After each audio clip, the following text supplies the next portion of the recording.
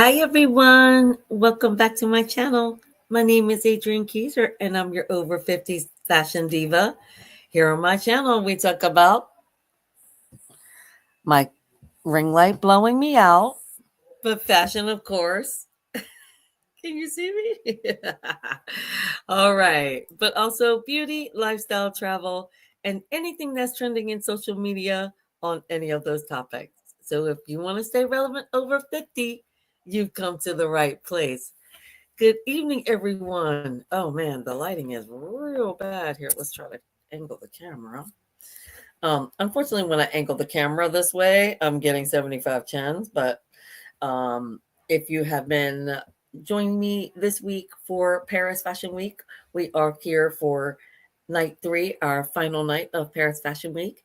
And this week I am filming in South Carolina because I'm visiting my son for his spring break.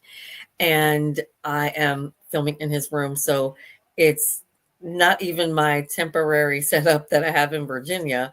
It is an even more temporary situation. I'll only be here for the rest of this week and I'll be going back to Virginia next week. So that is why this is what the setup looks like, while the lighting is not the best. But we powered through no matter what. Also, this evening I was having some issues getting onto the internet here, so that kind of put me a little bit behind going live. I was planning on going live at 7:30, but for some reason the internet just was not connecting. So I had to get that all situated, get that all figured out, had to reset my computer quite a few times, and now we are here. And I do apologize for my hair. I should have put some gel in it. But I'm just kind of doing a protective style this week because we have so many activities. I didn't want to have to deal with my hair. And I did bring a wig. So I've just kind of put in some braids this weekend. That is the look. What else did I have to say this evening? I am going to take a moment just to get um, all of the other just to get all of the other screens up and running. And the reason I do that is so that if you guys are doing live chat comments, I can capture those very quickly. Unfortunately, I did not advertise, as I said last night, because I am here visiting my sons. I visiting my son. I really don't want to take a lot of time away from spending with him to do things like post on social and all that stuff. I am filming a lot of content with us. I'll be filming some more content like reviews with the two of us later this week, but it just has not been a good week for me to do posts, and I did not have time before I left to schedule everything ahead of time. So we're here, we're getting it done. The first quarter of this year is kind of like a wash for me just because of all the moving from Belize and getting myself organized and other things that I've got going on. It has been a struggle to try to stay consistent. But after this week, I don't have any more travel plans for a little bit. So I am going to knuckle down next week and get a really good content schedule so that I can schedule things in advance and not be stressed out.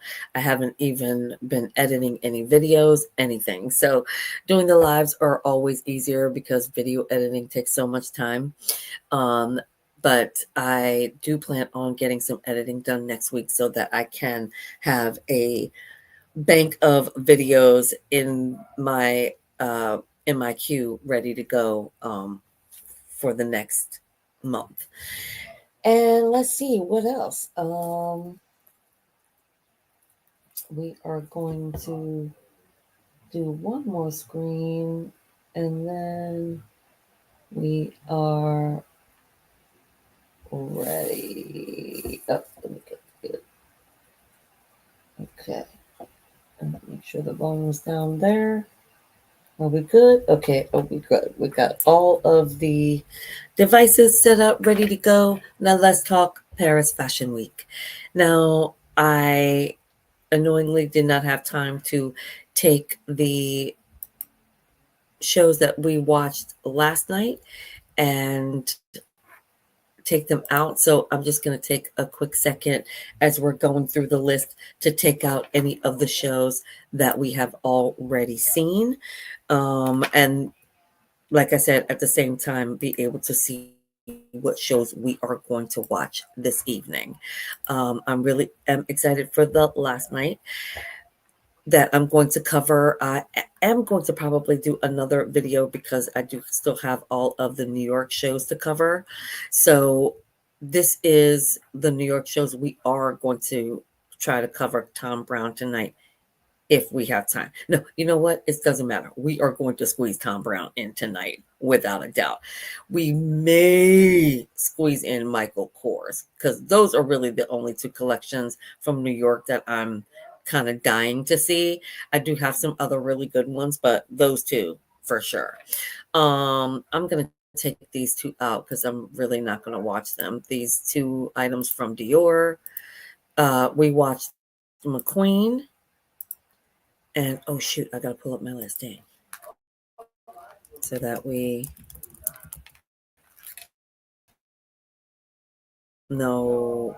And I think I forgot last night to the video, but I will get to that. Hopefully sometime before the end of this week I will get all of my live streams from Milan and Paris. I'll have all the timestamps that if you want to just skip to would like to go back and see the Milan shows, we'll definitely do that. Okay, so what is okay? I forgot to include McQueen last night, and we'll do that. Okay. Oh no, not that. We'll do that. You guys have no idea what I'm doing, but anyway. So we covered McQueen last night. We did not cover Chanel. We did cover the Courage show.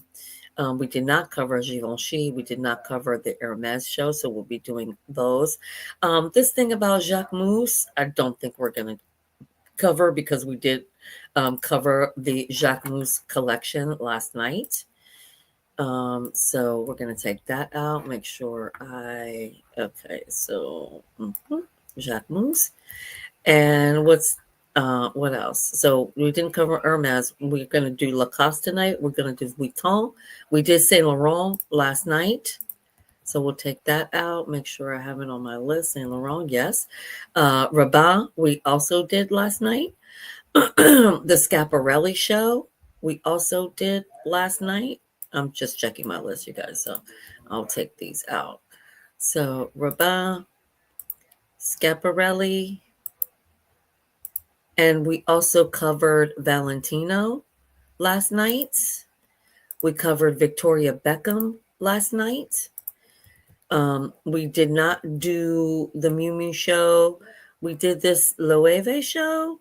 We did this little Loewe piece. So I'm going to take that out. And we still have Balmain. Why don't I have...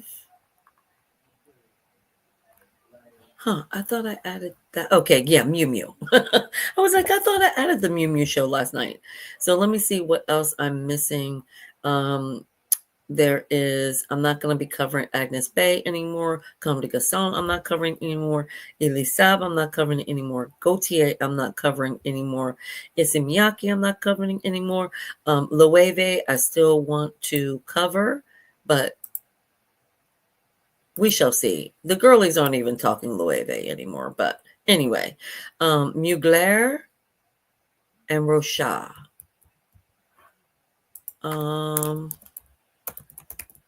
Let's see if we can find the Mugler show. A year ago, 8 months, 3 days ago. Okay. I could just go to their channel. I am subscribed to their channel. So let's just go to the channel. See what they have. Oh, yeah, 3 days ago. They've got this little ad. for the fragrance a year ago, month ago, 5 months, a year ago, 2 years ago, 6 months ago. I wonder if Fashion File, if Fashion File covered the Mugler show. 9 hours ago. Hang on. I went too far. Okay. Okay.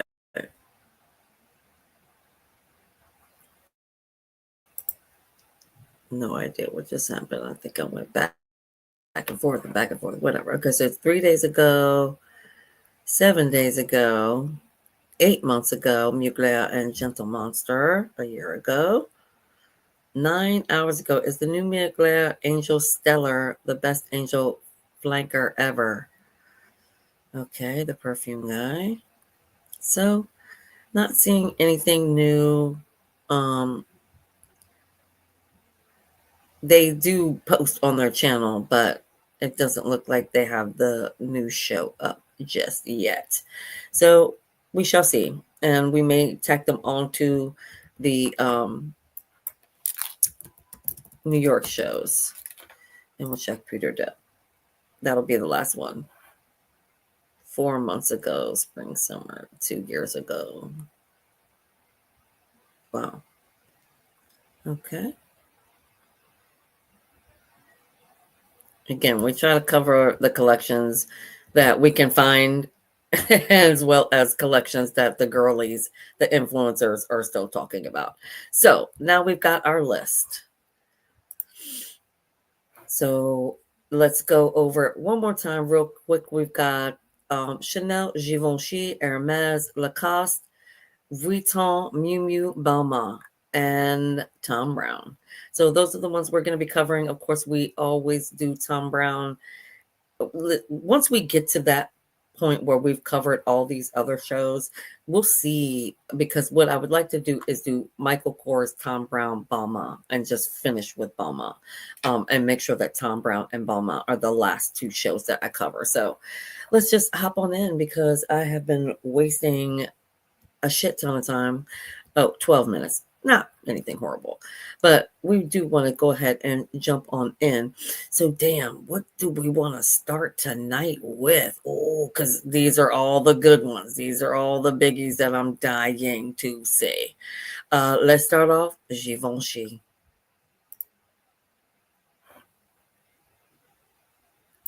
Drop comments, you guys. Do know if there are any of the shows that you want me to put ahead of other shows because you want to watch it right now. So just let me know. Drop some comments. Let me know what you think of the collections. Let me know what you think of the videos. If you watch the Paris show, just want to say hello.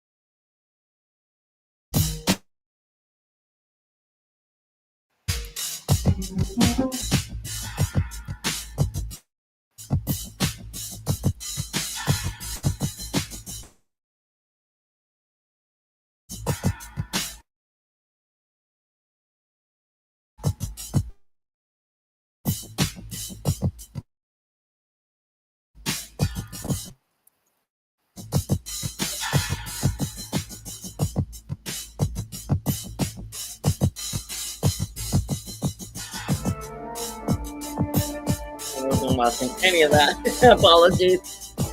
All right, now I'm focused. I got my cocktail.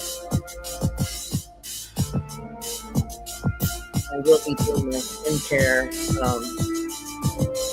my nighttime routine. I just took a shower right before I started this live. So it's time for some nighttime skincare.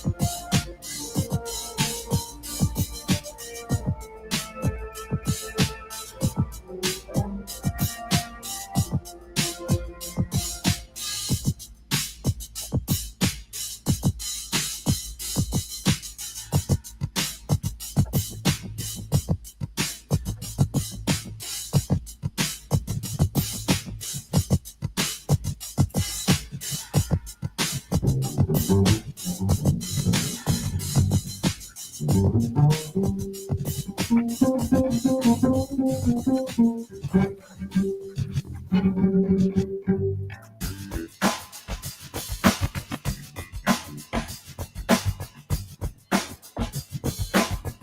did do my eye patches earlier. I'm just kind of introducing you guys to my latest nighttime routine because um, I have 3 products that I had been out of for so long. So my nighttime routine is many more steps, but all the products that are necessary.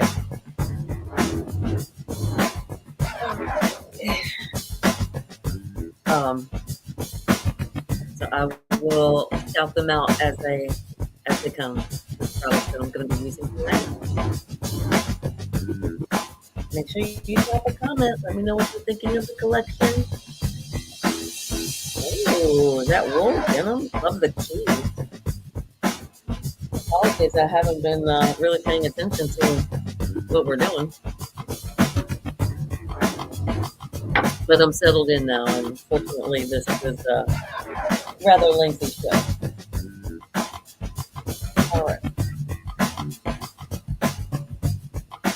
So earlier tonight, I used my CosRx Advanced Nail Hydrogel Eye Patches. Left those on for about an hour. Because actually, I took my shower before dinner.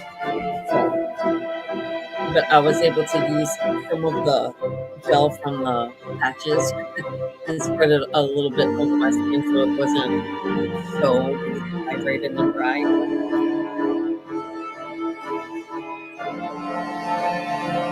I always like to moisten my skin a little bit before I put on my retinol. And this is the Care Milk Skin Toner. Refreshing skin, moisturizing, soothing. So that comes next. Just to give the skin a little bit of hydration before your retinol, you know?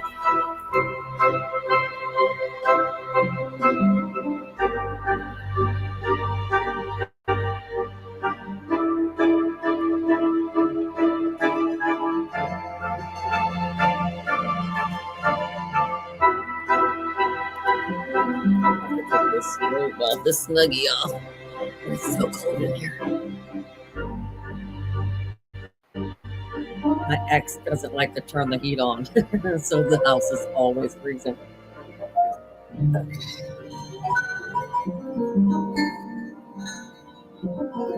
Next, I always want my retinol closest to my skin.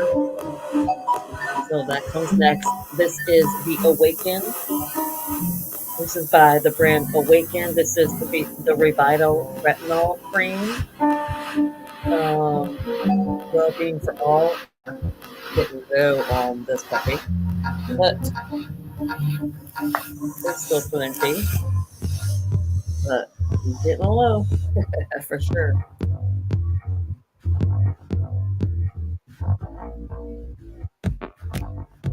You know, I haven't been doing my skin slap the way I used to, but we're gonna get it in tonight. We're gonna do some skin slap. I also haven't been using my roller, my quartz rose quartz roller, facial roller. So, all right.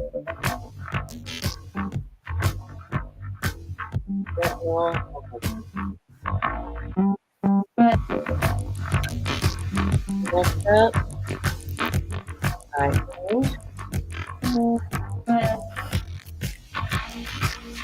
think this collection is gorgeous. So, like, when I look up to see what's going on, I'm loving it. For my eye cream, I just picked this up, so I don't know if I love it just yet because it's only like the first few days that I'm using it. But I'm using the L'Oreal Paris Revitalift Adieu. Adieu. So that's gonna come next. And yeah, I'm still trying to work out like how this thing really works because one time I pumped out way too much product. So I know you gotta kind of see how much product you're pumping out before you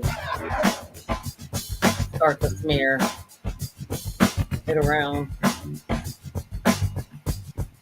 And it does say that it should absorb before you continue with other moisturizers. So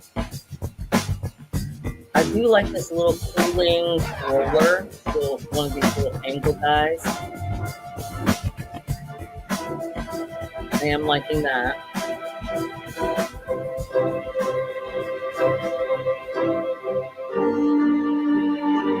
All right, let me focus on the fashion here because, and I know later on tonight I'm gonna rewatch the show because I missed so much good stuff happening in this collection. I'm not reacting at all to it. Gorgeous! Look at this piece. Oh, stunning.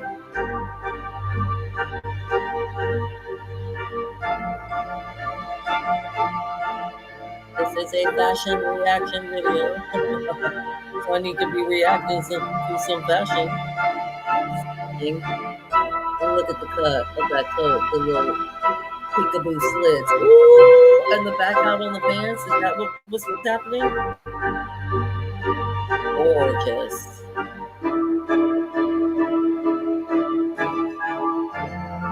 I always like to get right into that crack of the eye because that's where the wrinkles start. And I like that this little tool is the perfect angle to get right in that corner. That's where them crow's feet start. They start in the corner and crevice out, or spider web out, I should say.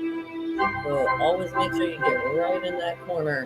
And this says that you're supposed to see a visible difference within a week. I will let you know if I notice a visible difference. But what I will say is I don't have perfect crow's feet. You can see, like, for 56 years old, these are not that bad. Okay, maybe I'll get a better on the screen here, get a better view of the collection. But I do want to see it again because right now I don't even have my glasses on, so I'm not seeing it in its full glory. And this collection looks like it is glorious. I don't know that I love this yellow number, but not every look can be a banger. Yeah, those little net drop waisted dresses I don't love.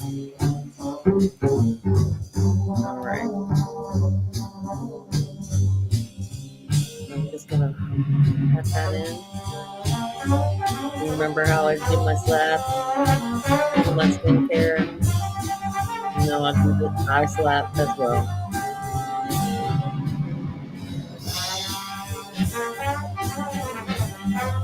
And I definitely feel that has made a difference. Like my skin is so much drier, and my products are not absorbing as much as they do when I do the slap. So I need to get back to the slap. All right. Get this one slapped in. When you do the eye slap on the eye, you're using the ring finger, so it's not a tremendous amount of pressure, but you do want to have some pressure. Now, you want to know why the slap. What is the slap? And the reason I do the slap is basically to get all the blood vessels in the face to the surface so that when the skin starts to calm down, it takes the product and you will see the slap. Now that yellow number is really cute. And what's interesting is the creator of DC Fashion Week has a look very similar to that for years, and he bought it back this DC Fashion Week. I saw photos of it. Love that.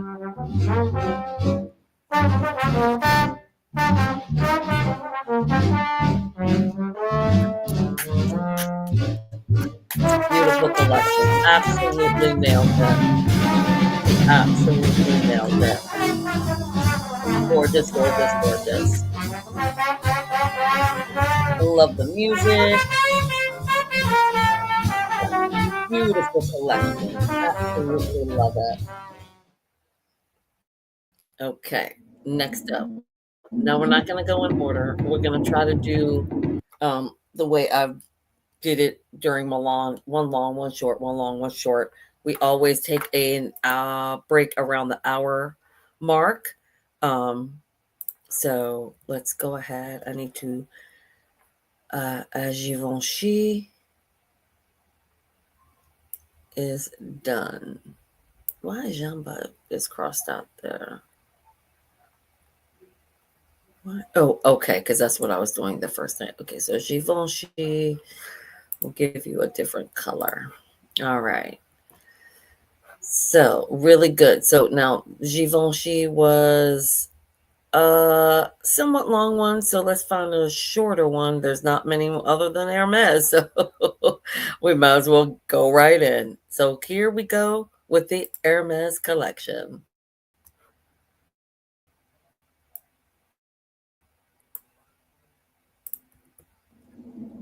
And this time, you guys, I promise I will be more focused on the fashion. The fashion of it all. Oh, wait a second. Hold on. Hold on. Let's back up because I don't want to miss anything. The next product I'm going to use now that my retinol is on, I am going to go in with a my hyaluronic acid. This is by Cosmetica Pure Hyaluronic Acid.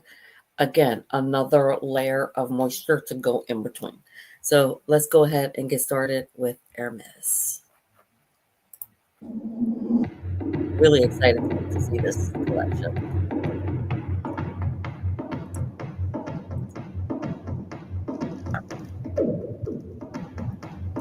Starting off strong.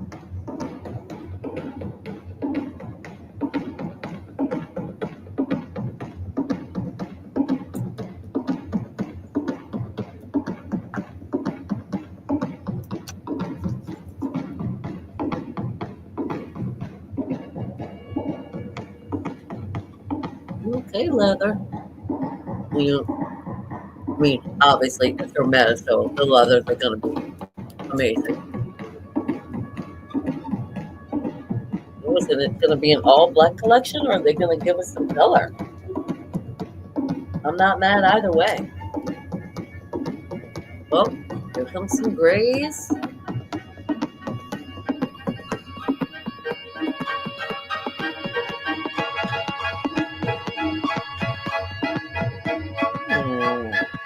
Lava. Oh, here we go. So that is been a thing. Like, a lot of collections that have been doing all black. They may add in like these tans, the taupes, the beiges, and that's it. But it looks like they're giving us that cranberry, maroon, burgundy wines. It's still going, you guys. That trend is still going.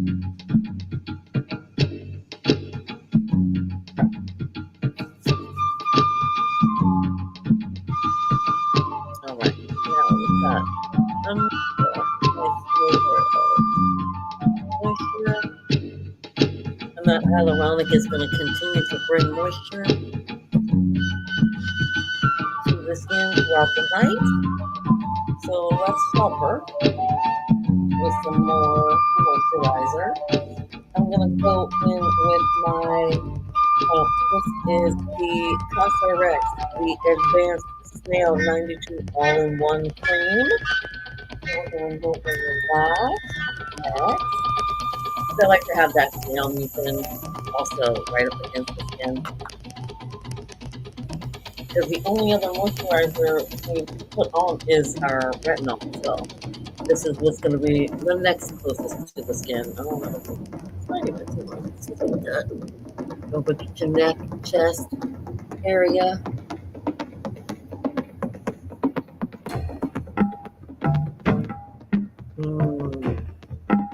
love this product. It's so good.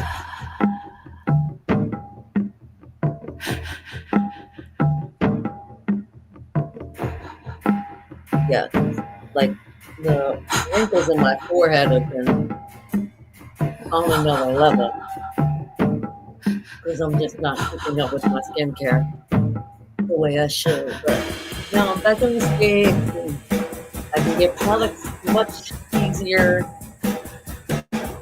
So we can get the skin back in shape before summer. Not that my skin looks horrible for 56, but it could be better. And we're gonna get it. Got a couple more months and it's gonna be looking amazing. I'll be shaving 20 years off. Okay. All right.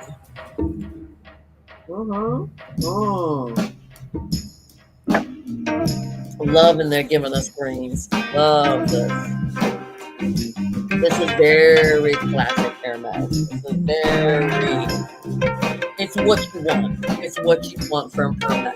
You want things that are classic, things that are obviously leather because it's what they're known for. One amazing bag, amazing boots, amazing coats, and season after season, they deliver. They deliver. All right, next up, another cosmetic products because once I started using them, they were a game changer in my routine. This particular product I used like it took me 2 years to get through this bottle. I literally just finished my last one. I've got like some smidges in the bottle. And so I just re-upped on it. This is the Cosrx Advanced Nail 96 Boosted Power Essence. Love this stuff. And I'm telling you, the combination of this with the cream, it's just game changing. Love. Now, I do have these little pods, these Real Beauty Moisture Melt Snowballs, hyaluronic acid concentrate that I've been using at night. I just had like a couple of packs of them, so I've really just been trying them out. I don't even know if they're making any difference to my skin, so I will have to let you know if I think that they are doing something. I only have a few pods left, then I may repurchase them. But since it is like this little moisture melt, all right, very, very good, very good. Hermes loved it. I'm not doing very good fashion reactions now, am I, you guys? I will. All right. So what else is left? We've got Chanel. We have did I cross off from? Oh, I did. We have Chanel, Lacoste, Vuitton, Miu Miu, Balmain, Tom Brown, and Michael Kors. I think we're going to get chance to get Michael Kors in there. So let's go ahead. Since Hermes was a bit short, let's start off with, ooh, I love the Chanel. I love doing those like last night towards the end, these big houses, but we're at the big houses now. So, we got to get to them. Some of the smaller houses I do earlier in the week, but on the last night, I definitely want to have the big names. So like I was saying, this little moisture melt, it comes like a little ball. And what you need to do is you need to add your moisturizer to it and swirl it around until the little, can you see it? Ooh, don't drop it.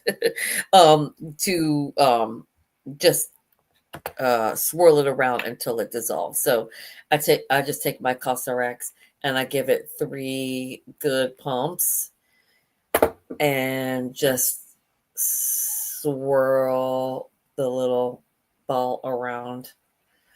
And once it's fully melted. As you can see, it's now fully melted into that. Then we put it in our hands and we slap it on. So let's go, Chanel. Only a few more steps in this routine, you guys. I know it seems like a lot, but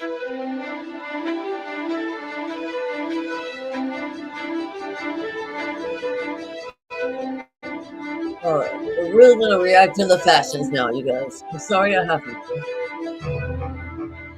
I do need to get this skincare done.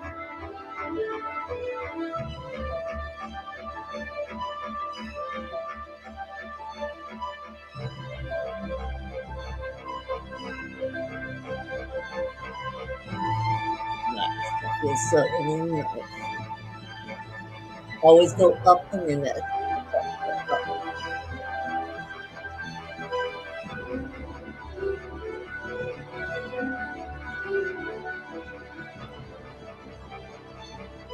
Very cool. All right. And I know that they have a new creative director, so we really want to see how they're gonna compared to Virginia Yard. I mean, she was with the house for so long, so.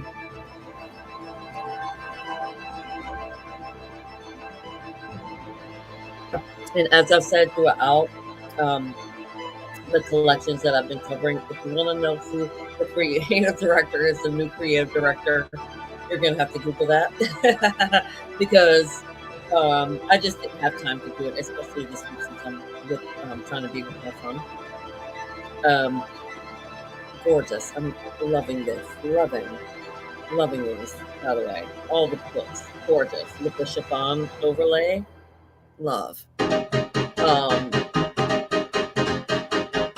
forgot what I was saying.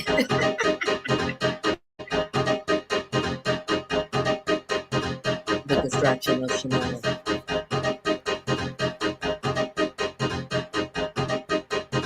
Oh, so that's what I was talking about was the creative directors. But so what I was saying is that I did not have time to research all the creative directors. And creative directors change so often every single year that it's hard to keep up with.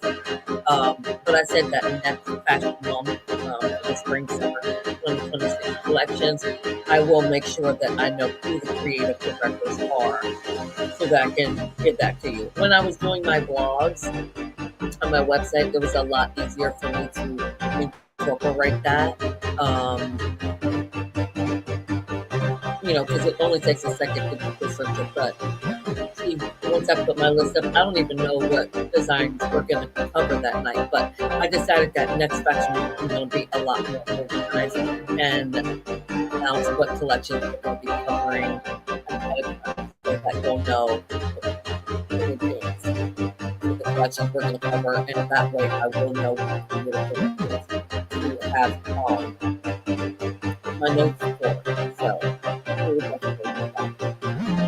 okay, this is like a little out of the box, but I'm liking it. It's like still within the house definition, but you see the creative director their own. And that's what I was talking about. Sometimes when a new creator, I said last night, sometimes when a new creative director comes into a house, they just throw in their own vision, and there's no reference to what the actual mission of the house is. But it looks like in this instance, they are using sort of archival references, but still pushing their own vision to create something new and innovative. And I'm loving it. I'm loving this. That hat needs to be mine. Ooh, the skirt with the pants and the gold and the ooh and the yellow and the wool and the ooh. These hats are everything. And I'm loving that they're kind of deconstructing it and making it something new. I mean, the Chanel suit has been iconic for 120 something years. So to see it done in the traditional way to satisfy those customers that want an updated suit, but then to push it for something totally modern and new for the younger Chanel crowd. I love this. I love this. All these wolves are sending me, y'all. Sending me. I need this cape. I need this dress. I need it as the boots. I need it all. Loving, loving, loving. All right, we're down to our last item on the list of skincare. I do want one more layer of moisture, so I'm going to add just a little bit more of the Tear toner. That also helps my castor oil to spread a little easier. I do use castor oil. I love it as my final moisturizing step at night to kind of seal and lock everything in, but at the same time help my brows to grow, my lashes to grow, as they say. That's what it's supposed to do. This is by Sky Organics, the organic castor oil conditioning oil. Is what I'm going to be using. I was completely out of castor oil, so when I came back to the States, I picked up this one, and I love that it's a bottle of it. So I'm just gonna add. Oh shoot! I meant to put the tear on first. That was so dumb. I meant to put the tear on, then the castor oil. But it's all good. It's all going on. And this I like to put a big layer. And surprisingly, in the morning when I wake up, it's not sticky. It's all drunk into the skin. Love this. And like I said, this is my sealing moisturizer. So the final step, seal it all in. All those products we just put in. Don't forget to go over the eyes because we are trying to grow the lashes, grow the brows. Make sure you get it not all coated. Get back to that crow's feet little area of the eye. Don't forget it. Get that castor oil right in there. I'm really working on my forehead wrinkles, so really getting a nice layer there.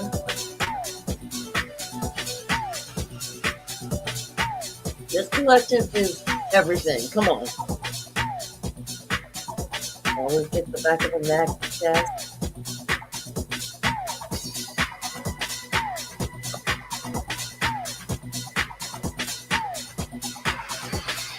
Love. It's so fresh. And look at the bow come out. Stop it with the big pearl sash accessories. Love. This collection is amazing. This is definitely has to be a critic favorite.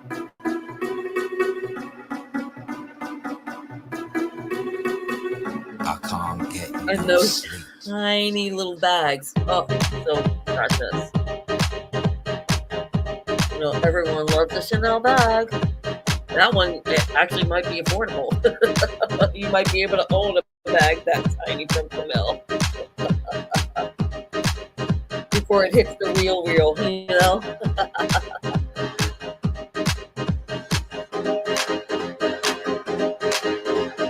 Alright, and before I put on my lip mask, my night lip mask, we're gonna do the flap. Look at the denim. Come on. They're covering it all. They're giving it everything. They're giving you everything. Oh my god, I am just spelling. The denim, the chiffon, the wool, the accessories, the boots, the bags, come on. The styling, the hair, the makeup, this collection. And I think that this is this creative director's second collection. It may be their first. I can't remember what. I can't remember if Virginia just left or if that was a collection ago. Look at these pieces. Oh my god, with the wool and the paillettes. Get yourself some large paillette pieces, ladies. Loving this necklace, this long stash pearl piece. Oh my gosh, it's like so referencing like like Coco herself, but also with a lot of Karl Lagerfeld references here. This is great. Look at this piece. Oh my god, with the big bows and everything from in this dress. I can't do it. Done. I'm done. They can't give me any more. I can't take any more, y'all.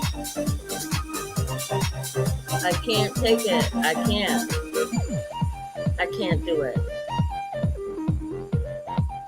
This is such a successful collection. There are pieces that are going to fly out of the stores like hotcakes. Unbelievable.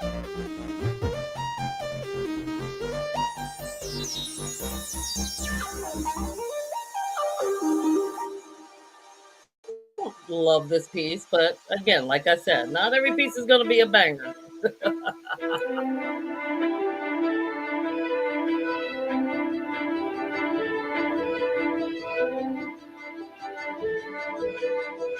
Oh my god, the knits. Oh my god, I can't. I'm just like I'm done. Right now, oh, I still need to do my slap, but I have to put my glasses on for the rest of this collection, you guys. This is just sending me on so many levels. Mm-hmm. Like that's just a simple row piece, but look at the way it's cut. Look at the fabrication. Wow. I'm blown away.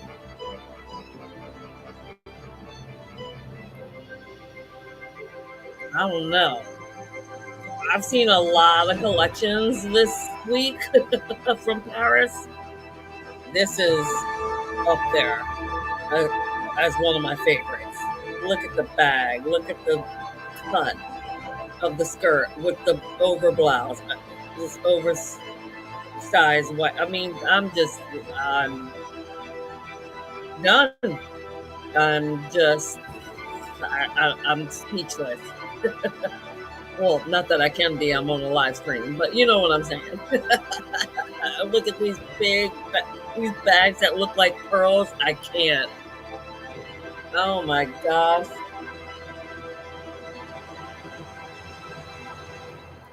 Oh, and let's not discount the venue, which is also incredible. I feel like they've shown in this particular location, but changed the set. Look at the pearl belt. And surprisingly, although we've been seeing a lot of the big wide belts, obi belts, not here, not here. And of course, the ball heel shoes. I can't, you guys. I'm done. Who is this? Who is this creative director? I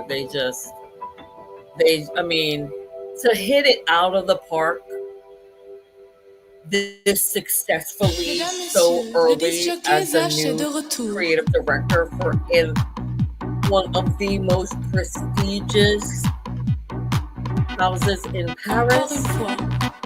You gotta give it up. This was a success, without a doubt. These chiffon overlays that looks like I'm done. I can't with the collection. I can't. I need it all. Every piece. If I could afford every piece in this collection, I would buy it. It's stunning. From the color palette, the fabric, the homage to both Coco and Karl Lagerfeld all in one collection, giving us these hints of color, giving us great accessories, giving us great bags, great jewelry. I'm done. The styling is even perfection. I can't. I can't. I literally cannot, you guys. Was such a success. And then I'm going to feel the creative director. Why not? Oh, well, that just makes me frustrated. I was hoping to give a whole applause for that because that was a banging. That Chanel collection was everything, you guys, without a doubt. All right, let me get my Chanel off the list. We're going blue. Okay. All right. Now we are going. Oh my gosh, you guys. Woo. It's going to be tough to top that collection, but listen, we still have Vuitton, Lacoste, Miu Miu, Tom Brown, Mama, Michael Kors to go. But that's going to be tough. That Chanel collection was pretty epic. All right. So, oh, golly goodness, that was so good. Let's go on to Miu Miu. Now, for me, I actually prefer the Miu Miu collection over Prada. I think that the Prada collection this season was gorgeous, but I feel like because I love a Secret Moment and I'm a Secret sighting or a Bella sighting. Anyway, I feel like Prada that Lucha allows Raf to give a lot of input, but this is all Lucha, and I just love her designs. Not that I don't love Prada, but for me, Miu Miu is everything. Oh, look at these little pieces. Very innovative. And that's what I love about Micha is like she really brings a different voice completely to Miu Miu as she does to Prada. And that's what it's supposed to be. It is supposed to be like a little nod to what they did at the Prada house, but be completely different. I mean, Mucha even shows separately. She shows in Milan, and she shows Miu Miu here in Paris. So,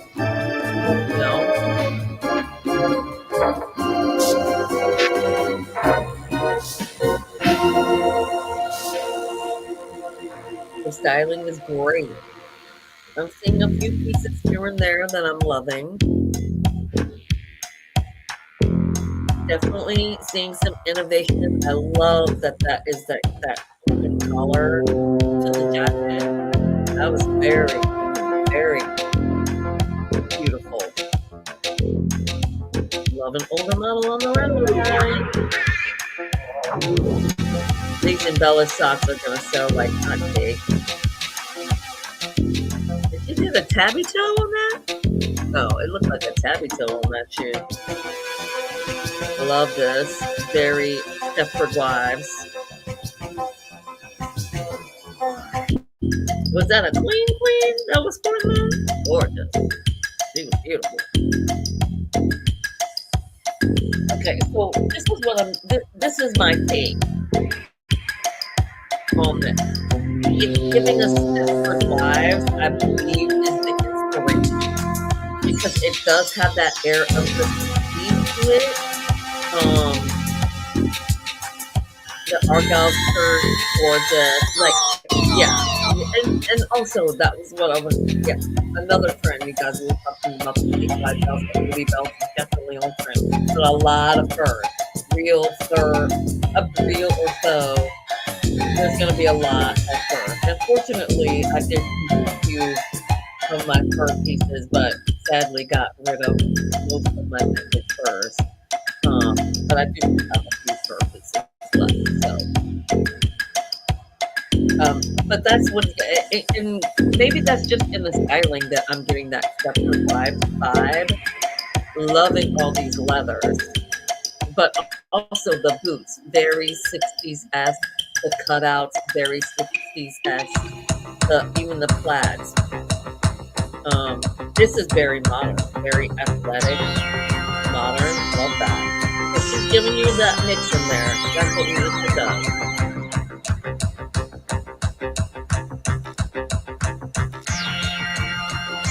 Yeah, it's like, okay, now she's going into the athletic wear. Loving all these.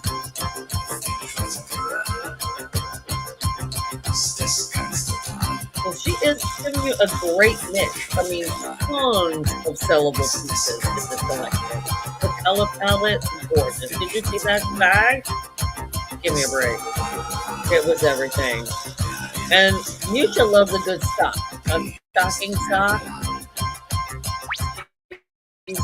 She is a genius at that. She's been doing stocking socks for like 10 years, you guys. It's the signature. Not really a signature, but it's something she does amazing. Okay, love the French. That herringbone lining. It wasn't even really a lining, it was more like a panel of code. Come on, sisters with gray hair. We need more of y'all. It's beautiful. It's Mucha. It's Mew Mew. This is Mew Mew. Like I'm loving it. I'm loving it. I was struggling a bit to find the inspiration, but once I got there, it all makes sense and it all works, and I'm loving it. We're talking about this past live streams about the oversized coming back. It doesn't look like she's doing too much of that. And Misha always does the layer tank top thing. That's the vibe of the house. Not of the house. I'm proud of the house, but a vibe of this label. And I know I have not mentioned the headgear, which for me, I'm sure you're thinking, Adrian, you're not mentioning the headgear. I'm still getting used to it, but now I'm loving it. Like I was giving it the side eye for a minute, but I get it. I get it now. And it's gorgeous. It's so unique. It's such a unique piece of millinery. You know? It's like it's part clothes. She could have kept the thing like flap that you wear with a big wool hat, you know, like I get it.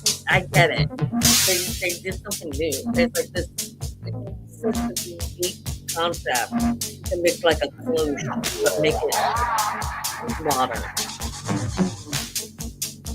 This is great. I'm loving all of it.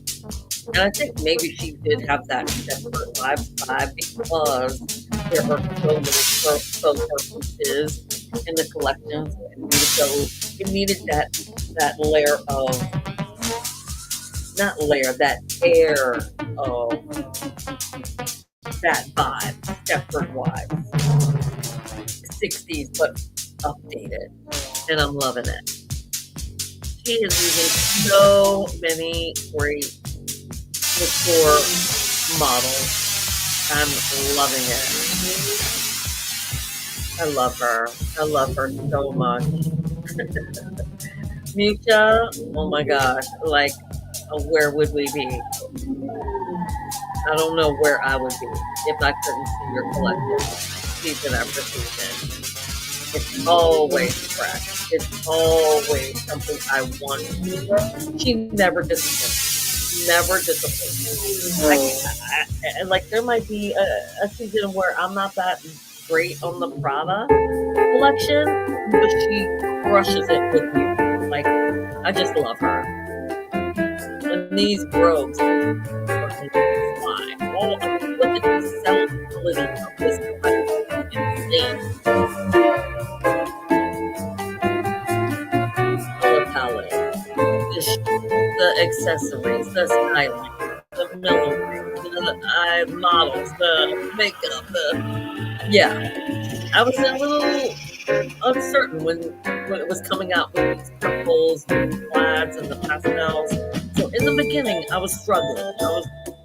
I couldn't see the vision at first, but once it clicked, I got it, and I'm obsessed.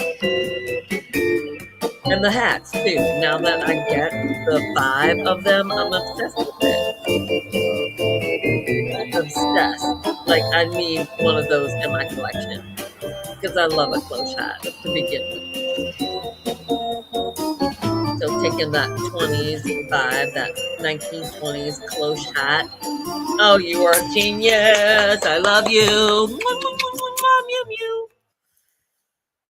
We love you, Micha. We love you. Nope, nope, nope, nope, nope. We absolutely cannot look at the boss. Don't even try to sneak that in yet. We love you, Micha. You are a goddess. Don't ever stop being you because you're incredible, incredible. I'm just obsessed with that collection. Listen, I feel like I'm saving all the good ones for the last night. Not to say that there weren't some other really amazing collections earlier this week, but holy shit. Like, I'm blown away at what I'm seeing tonight. I'm dying to do the Lacoste show. However, we are going to do Vuitton because that's the last one. We did Chanel, we did Givenchy, we did Hermes, so we just have Lacoste and Vuitton. Actually, let's go ahead and because we're probably right at around, yeah, we're at the 1 hour mark. So this is when we're going to take our little break. We're gonna do like a good 5 minute stretch. I clearly need to refill my cocktail. If you need to use the restroom, now's the time. We're gonna just take 5 minutes to do what we need to do, and we're gonna get into the second half where all the shows that I'm dying to see. And we're going to throw Michael Kors in there because I think we're going to have time. So yeah, we still have Vuitton, we still have Bama, Michael Kors, Tom Brown, and I feel like I'm missing one, but we'll figure it out when we come back. All right, you guys, 5 minute break. We'll see you back here in just a few minutes. Boop, boop, boop, ba-doop, ba-doop. Boop, boop, ba-doop, ba-doop. All right. I'm actually oh, and you know what? I need to put all of my skincare away. It's like everywhere. So I'm gonna do that for the first minute.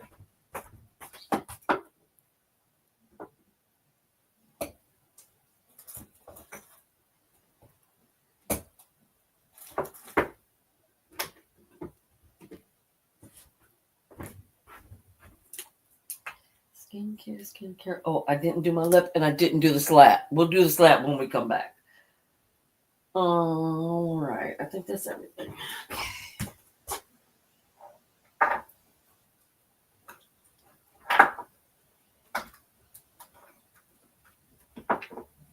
All right. Skincare away. I'm going to go stretch my legs, refill my drink.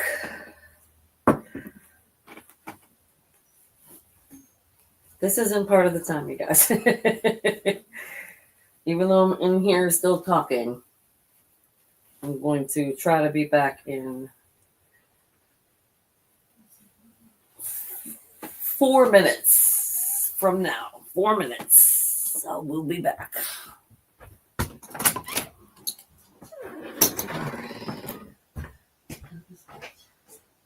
I know y'all can hear me. Yeah. That's because y'all did not see that collection.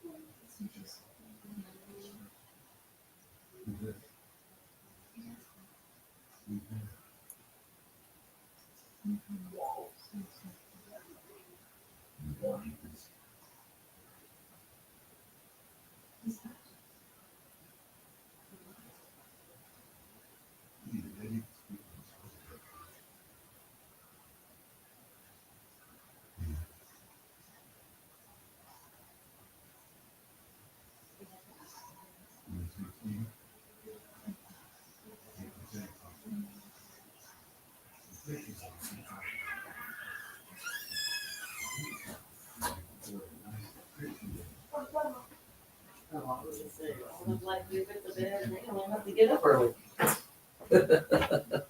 Well, I see Mom still in the kitchen. All right. Round two, you guys. I am so excited for these next collections. Unfortunately, I'm talking at like a normal volume, but the boys can hear me. They're out there in the living room watching TV, so I'm gonna try to be a little bit quieter so they don't have to turn their TV up to max volume so they can hear. All right, let's get the table back. Let's get our light back. I almost spilled my drink. We do not spill cocktails in this house. All right. Okay, let's get light adjust. Here we go. All right, you guys, let's one more.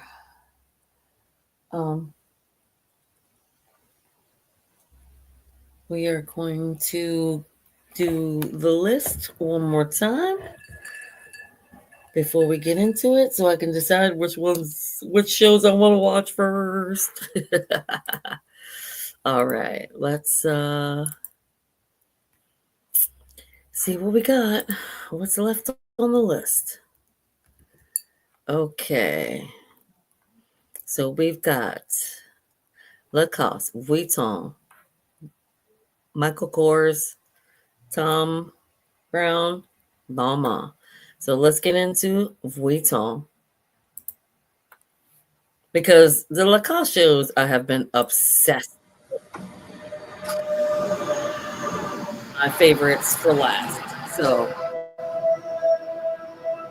I have to say Vuitton isn't amazing, but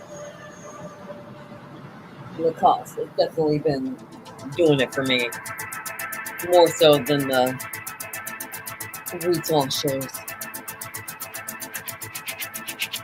Wet my hands before I start my flap.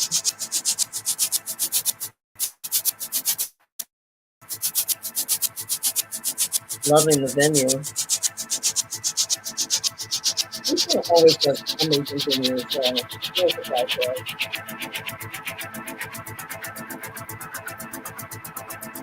Alright, starting off strong with some color and print. Love that.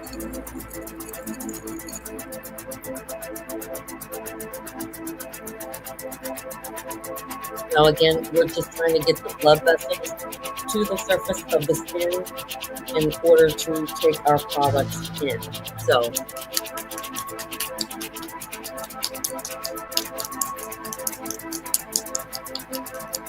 okay, a lot of athletic dresses, athletic vibe.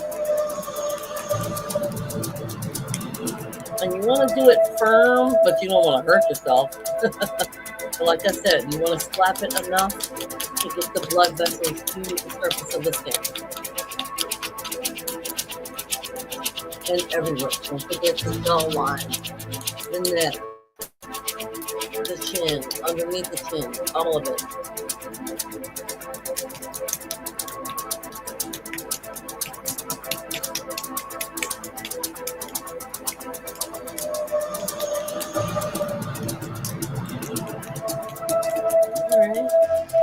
Good color palette, because we saw so much black in Milan that it's nice that we're getting some good colors. They are good with black, obviously black and white. It's still going strong this season, or next season, I should say. So no reason to get rid of your black and whites. No reason to get rid of your cranberries. We were talking about red just the other day, how we're getting a lot more cranberries and not a lot of red, but they're giving us some true reds here. Unique shapes, unique cuts. Ooh, look at the bag. Come on. Like a violin. I love your unique bag.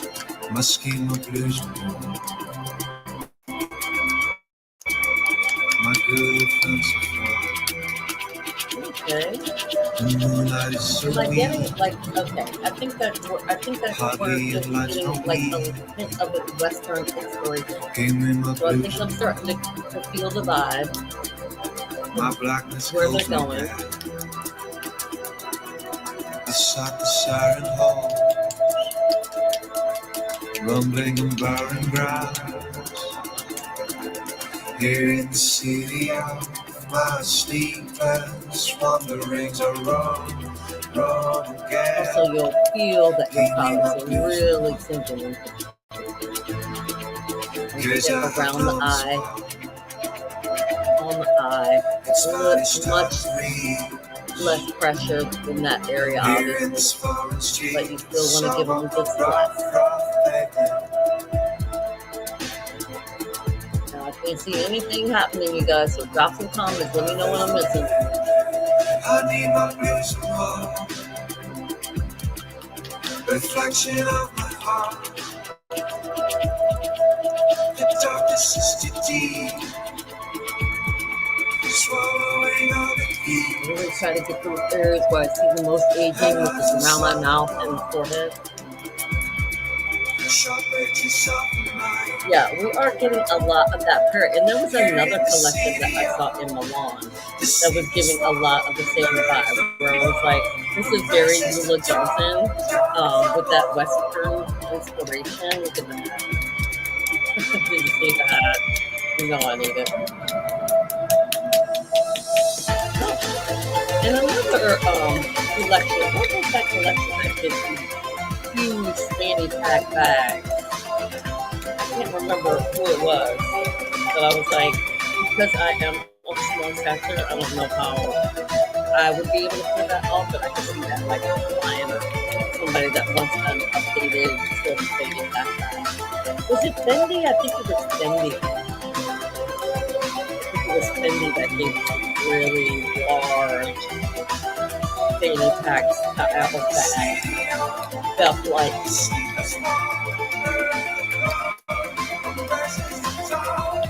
And I would say we are seeing a lot of cutouts, a lot of splashes, a lot of peekaboo elements here and there in a lot of collections as well. So lots of cutouts seem like it will be a trend as well.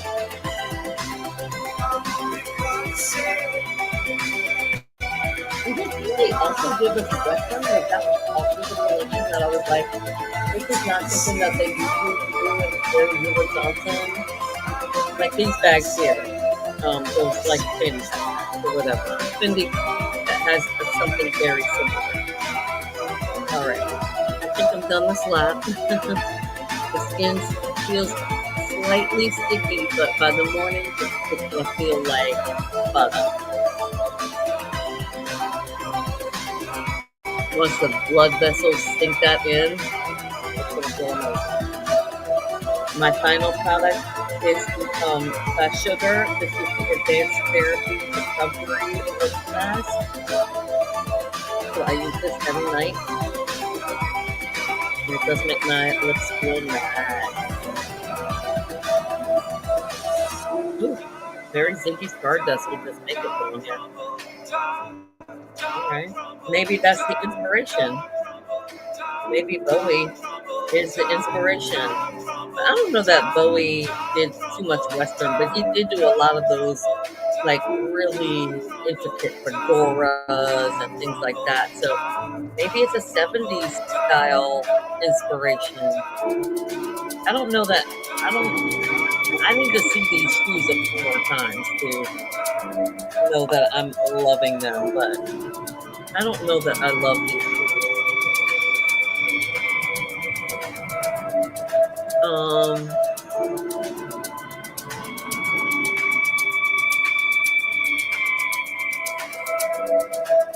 Okay. And I think they're showing at a venue that they have shown at many, many times and just sort of switched up the set. But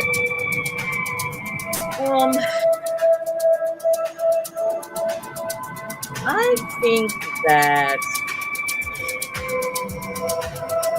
There are definitely some there is a freshness to it in the sense that it's not something that is just like, oh my God, are they doing this again? There is some elements that are very unique to the house, as well as very unique in craftsmanship and styling, fabrication. So there are a lot of unique elements to the collection. Is it blowing me away? No, it's not blowing my wig back, but I do appreciate that there are some very unique elements.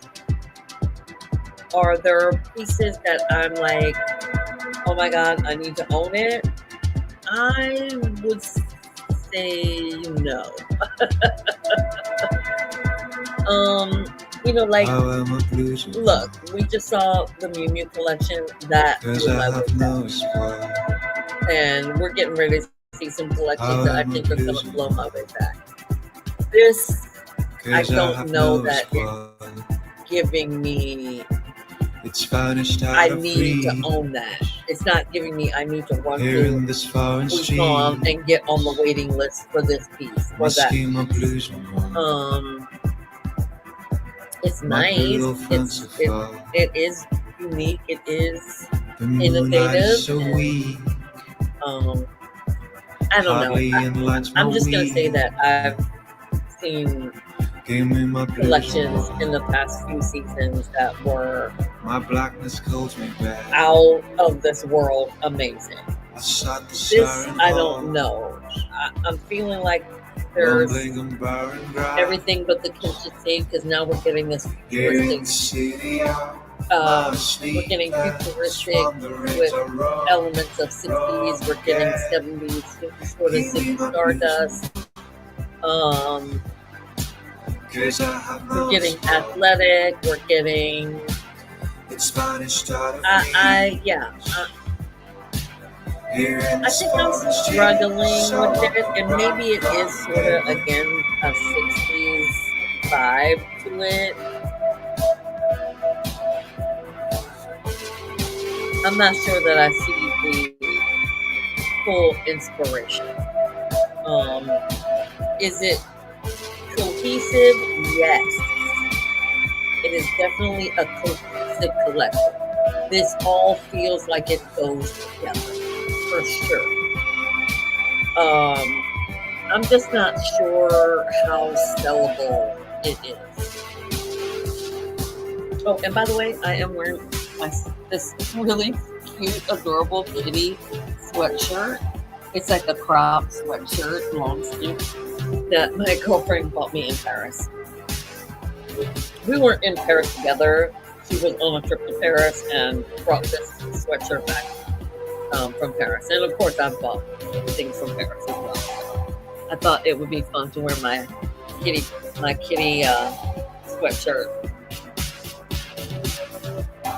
Because normally when we do live streams on Saturday evenings, which is my normal night to do live streams, except for during Fashion Week, Fashion Month, it is usually a skincare night. So it's usually very casual. Tonight it is like pajamas, sweatshirt, skincare kind of a night.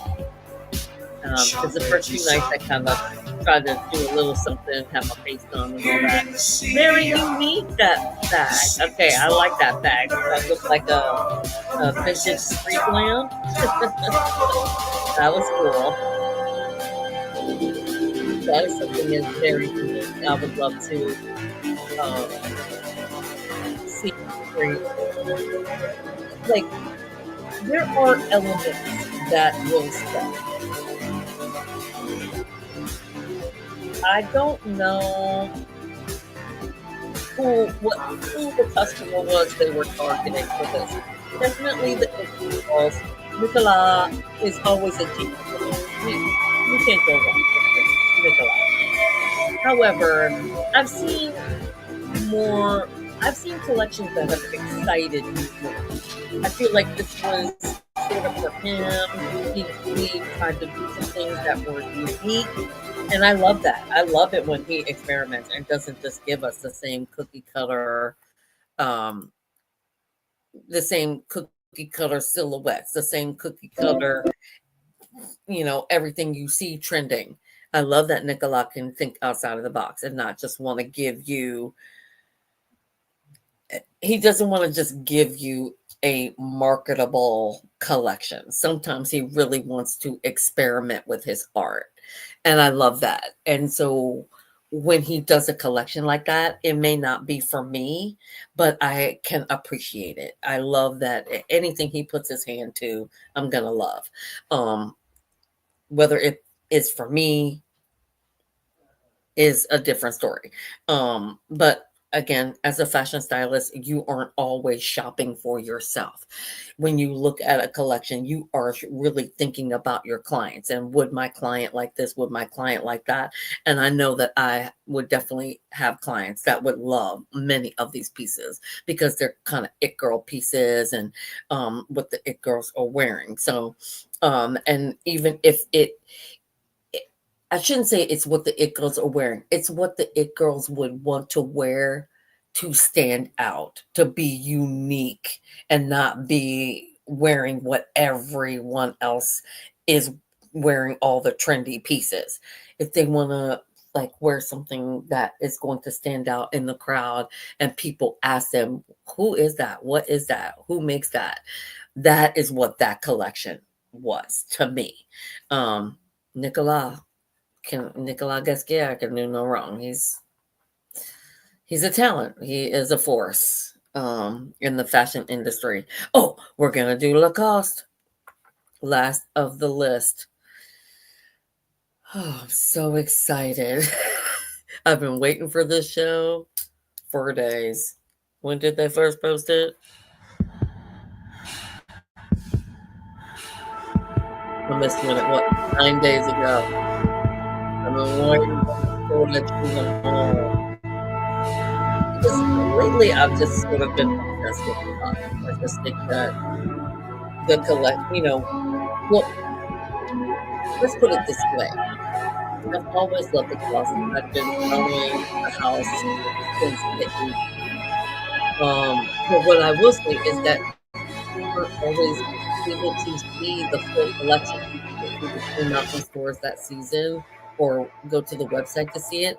But now that they have their own channel and they are broadcasting their collections, I have been obsessed.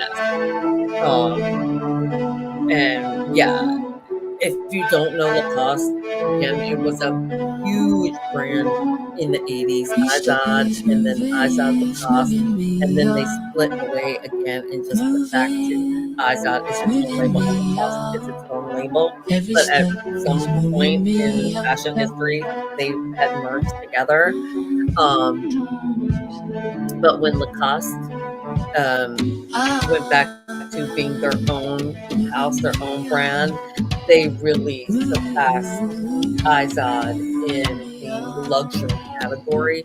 More people have heard of Lacoste than they've heard of Izod. But what Izod will always deliver is athletic pieces because that is what the brand is known for. Alligator, obviously, because that's their logo. Lots of green because the house started as a tennis wear brand. So there's going to be those elements. Always a pleated skirt, a pleated pant, always a tennis pleat in some way is always in the collection. Also, tennis green they usually try to incorporate into the collection. So those are always staples that are always going to be in the collection, and it's always going to be luxury athletic wear. It's what the brand is known for. It's what the house has been doing for decades. Because I believe that Lacoste started as a tennis wear brand in the 1920s. So when Izod came around, that was sort of in the 80s when that merger sort of happened. So see pleating, you're going to see tennis pleats and things like accessories in garments, in jewelry. Trust me. There you will see tennis pleats in this collection. If you don't, I will be shocked. But look at the luxuryness of it. Look at the elegance of it. See that tennis pleat, that tennis skirt pleat in the bag, the flap of the bag? And that may be, it may only be in the accessories that they're going to give you the pleat, but they will give you the pleat, no doubt about it. It is the house signature. It is a staple. And it's what customers expect. I love that they always modernize the athletic wear for the times, for the generation. Look at this, the amazing coat over this little short set. You know what I'm saying? Like, it's gorgeous. Now, color palette wise, they are being very neutral. We're not getting too much color. Oh, they've got a little green tag there, but for the most part, so far it's been pretty on that neutral scale of the sands, the taupes, the tans, the winter whites that many collections have given us so far. They've just like it's not an olive. I'm not quite sure how to describe that color. It's not quite a khaki. It's not quite an olive. It's sort of in between. It's like khaki with a green hue to it. Very interesting. Oh, look at this board. I mean, this is it. This is everything. That's how you luxurize athletic wear. Look at the sweaters. Come on. Look at the chunky knit, cable knit. I'm done. And yes, of course, they're going to get tennis sweaters. It's going to always have that undertone of tennis. So like tennis sweaters, tennis pants. Sometimes they'll do like, the loud plaid tennis pants. Depending upon the season, depending upon, what the director wants to show that season. But all these Windsor whites, the creams, delicious. Ooh, did I see a little cranberry? That's not quite a cranberry. What would I call that color? Like a magenta. The magenta is sending me on. And these alligator brooches, I'm done. Like I need it. I need it in my collection. If I don't get a Lacoste lapel pen. Listen, I don't know how much they are, but I'm going to save up my whole life because I need that in my collection. It must exist because I love a lapel pen any day, all day. So is it magenta or is it I've been all around town, and then with the green, here we go with the green. They're going to bring us the green. Oh, I've been on a high, look at how they bring it. Souls go only where the love is. Tennis green, the Kelly green. I need it. I've been having mood swings. Saturation of green. It's everything. Mood swings.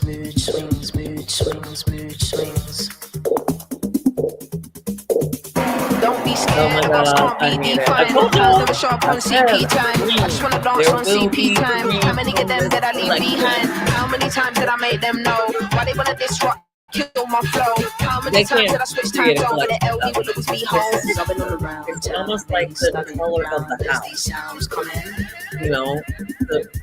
Because it matches. I've been on a high, low, free souls go only where the love is. So green will always be in their collection. And they do it beautifully. Look at it. Look at the rich.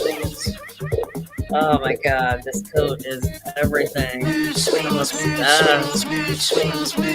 why I waited for Lacoste at the end?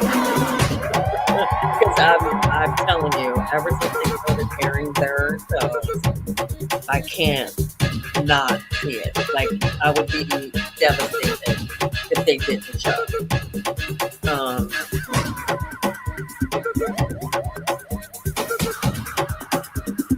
Another brand that is very similar to that is Libertine, that actually shows in New York. And Libertine, like during that 2020 time when we were all stuck in the house, that we're not allowed to stay here on this platform, Libertine was doing some amazing video presentations of their collections, and then they just stopped for years, like 3-4 years. You couldn't find a Libertine collection, and then they started bringing it back within the last year and a half, and I've been obsessed because it's one of my favorite houses. Come on, y'all, look at it. They're giving you sheer. They're giving you knits. They're giving you the trim. They're giving you their support. They're giving you Lacoste. I can't. Look at it. I can't, you guys. It's too good. It's too good. Now you see why I wait to the end to show these collections, because they're my favorite. You're going to get some amazing reactions from these collections, I promise you. So delicious. Got it. And they do a lot of that panel cut skirt sort of. Look at that alligator coming out of the water on the front of the skirt. Stop it. With the skirt and the I can't, y'all. I can't. I'm done. Lay me out. Stick a fork in me. Turn me over. This is unbelievable. Yeah, a lot of times they do those like large panel skirts that give you the impression of a thin skirt. So that is also a thing that see a lot of that throughout the house. I wouldn't say like every season, but usually there's at least one or two that's sticking there. Look at it in the dark green, Swarovski crystals, the velvet alligator. I can't. I'm pointing at the screen like I don't know what I'm talking about. But the lapel pin and the dark green Swarovski crystals up against the black lapel, I can't. I literally cannot with these people. I can't. I can't with this director. She's amazing.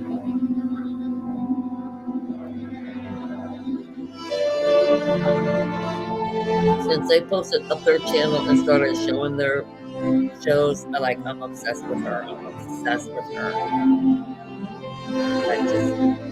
I know I keep saying this over and over, you guys, but it is a house that I grew up with, and to see them still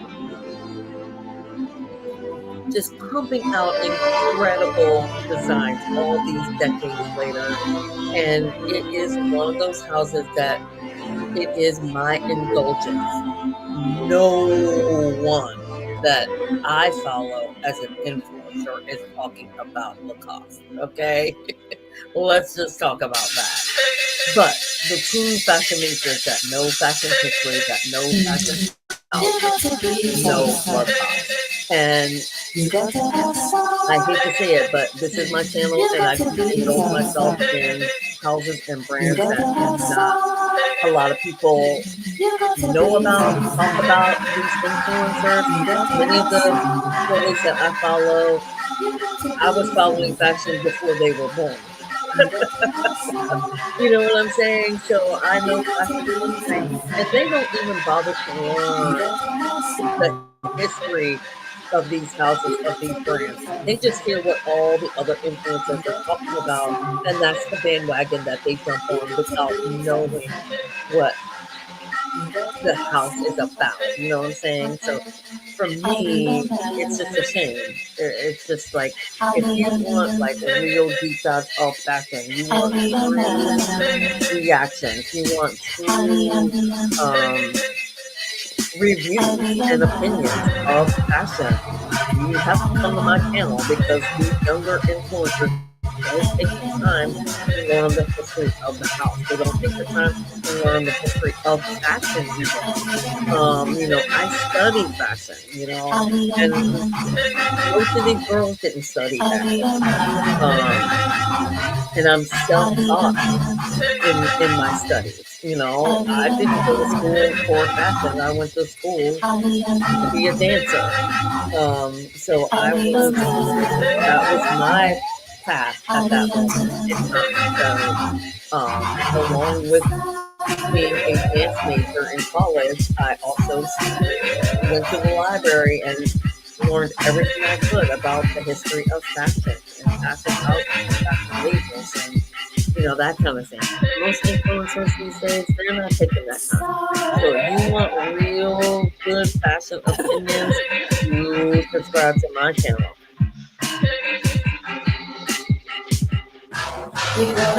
So this collection was a huge success, and this is why. It wasn't a cookie cutter stamp. That even though all those elements that I told you are the signature of the house, it was still innovative. It was still innovative cut, innovative fabric. Obviously, they're going to use leathers and wools and things like that are associated with the house, associated with tennis, athletic, and all that nylons, things like that. But there was so much freshness to this collection. There wasn't anything that you've seen before from the house. Obviously, there's going to be those elements that you're always going to see. They're going to do a great suit. They're going to do a great athletic suit. They're going to do great dresses. They're going to do great tennis dresses. They're going to do great tennis skirts. They're going to give you amazing accessories. They're going to give you great bags. So yeah, I don't know how much more I can rave about this house and this label. She's so great. Is it the same lady? Yes. Okay, I was gonna say, don't tell me that y'all switched creative directors because she has been doing such an amazing job for the house. I don't even know how long she's been with the house, but every collection that I've seen, she has banged it out. She's amazing. Incredible collection. No negatives. This is why I think the ones from the last, because I know they're going to deliver. I know they're going to deliver a collection that you will be inspired by, that you will say, damn, why haven't I been following that house? Why haven't I been following that label? I definitely need to get on that. Maybe, dip your toe into some stuff at the real. It's like, okay, maybe I'm not full on ready to go dive into the price of the house. I'm going to go to the real and find some pieces that are affordable. And I'm telling you, the quality that you will become a fan of this house. It's one of my favorites. All right, so here we go, you guys. The final 3 collections. You're wondering, Michael Kors. Why Michael Kors? Because it's my favorite. That's it. You want to know why I cover Michael Kors? He has been one of my favorite designers since the 80s. I have been covering and reviewing Michael Kors collections for decades, and he's can do no wrong. And not only that, the influencer girlies are talking about Michael Kors again. Just a year ago, I think it was, some of my Black influencers that I follow, fashion influencers that I follow here on YouTube, Michael Kors House has been collabing with them and working with them. So that's like another feather in his cap for me. But when I first started following Michael Kors, and if you notice in my handbag, most of my handbags are Michael Kors because I love supporting his house. And the reason is because when I was young and poor and broke, and I could not afford Michael Kors, he was my inspiration. I always said I cannot wait till the day when I can afford a Michael Kors handbag. And they're not expensive. They're way cheaper than many of the luxury handbags that are out there. But that was my goal. I was like, if I can afford a Michael Kors bag someday, I've made it. So when my first Michael Kors bag I was obsessed with, and I still own to this day. Um, but Michael Kors was the epitome of luxury in my world in the 80s. He had that New York Hamptons-esque luxury that I just gravitated to. So that is why Michael Kors is one of my favorite designers, and I will always put him at he is usually the collection, him and Tom Brown are the collections that I cover last during New York Fashion Week. But since I didn't do New York Fashion Week this season, and we'll be doing them later on, I just said, okay, I'm going to wait. I'm going to wait to watch those collections, although it crushed me. It's been a month that they have been up practically, and I have been chomping at the bit to see these collections. So I'm so glad that I'm finally here to be able to see them. But again, since I'm going to do the New York collections at another time, which I don't know when that will be, and it's going to be outside of Fashion Month, I want to include my favorite two New York collections tonight. So, Tom Brown, you want to know why Tom Brown? Because it's Tom Brown. Have you seen a Tom Brown collection? It's the shit. When Tom Brown came on the scene, I became obsessed with him. Now, here's the crazy thing. I don't own any Tom Brown, but this is going to be my year that I'm going to dive in and invest heavily in some Tom Brown pieces because I need them in my collection. Because he is my favorite designer, and the fact that I don't own anything by him is crazy. I also don't own anything by Balmain, but this is going to be my year. I'm going to add those two luxury houses to my collection. I have Michael Kors, I have McQueen in my collection. This is the year I'm going to get Tom Brown and Balmain into my wardrobe. So, Tom Brown, because his collections are so creative. If you know anything about me and what I was saying earlier about the fashionistas and what they are interested in, they look at fashion as art, but not at the level that I do. I see fashion in a totally different eye than these younger girls because I have seen so much fashion over so many decades. I've seen things come around. I've worn things from the 80s that have come back around in the 2000s and 2010s. You know what I'm saying? So I just have a different eye when it comes to the art of fashion. So Tom Brown to me is everything. Him and Olivier, I would take a bullet for. That's how much I love Tom Brown and Balmain. I mean, Olivier, I just would literally kiss his feet as he walked down the street because he's everything to me. And we will finish the night with Balmain because that is hands down my favorite collection out of every city that I cover, every city I review, every collection I review. When I was doing blogs, I was doing over 100 collections a season, reviewing over 100 collections every single season, and I always ended with Balmain. I could go an entire month and miss all of Fashion Month and wasn't able to cover it for whatever reason or another, but I would always watch the Balmain show.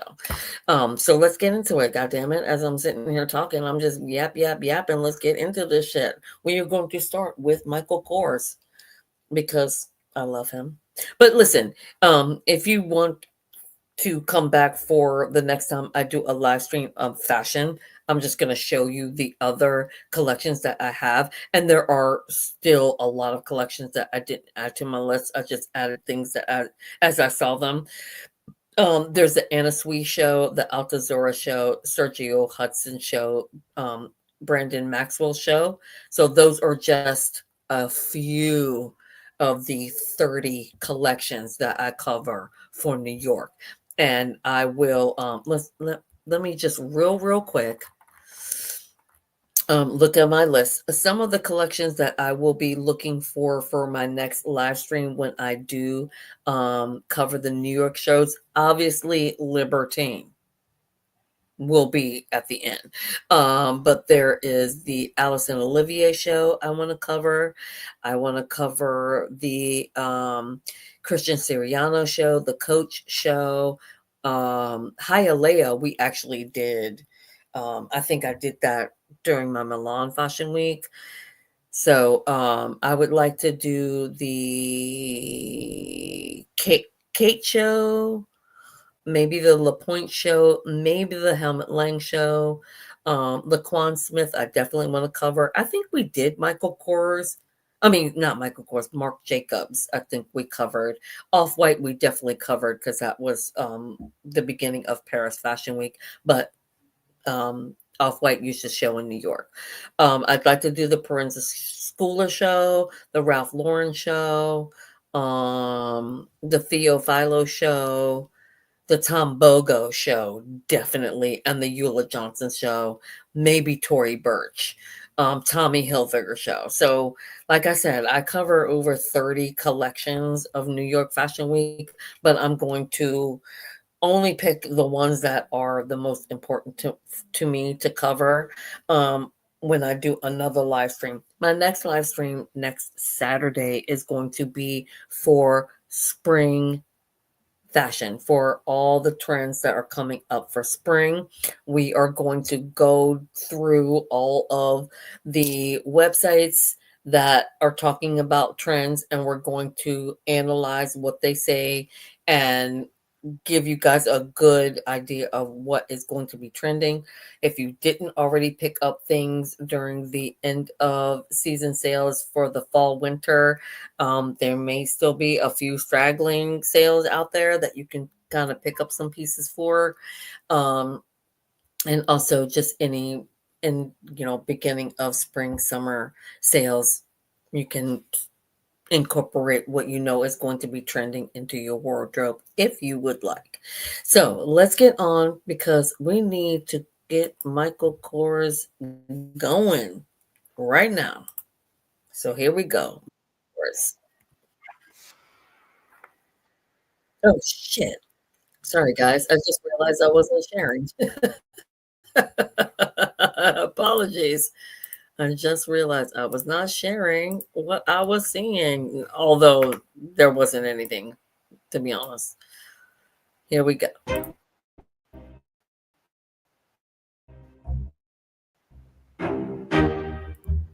Now, when I think Michael Kors, and listen, Michael Kors used to do furs.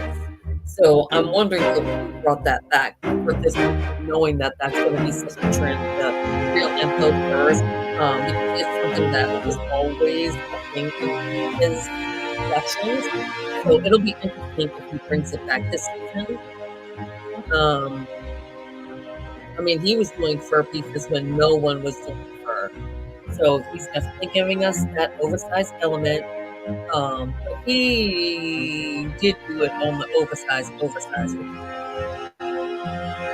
most of the other collections from Milan and Paris was called like one oversized piece, but everything else was fitted. So Michael Kors is gonna do with that. Whatever the hell he wants, and he can.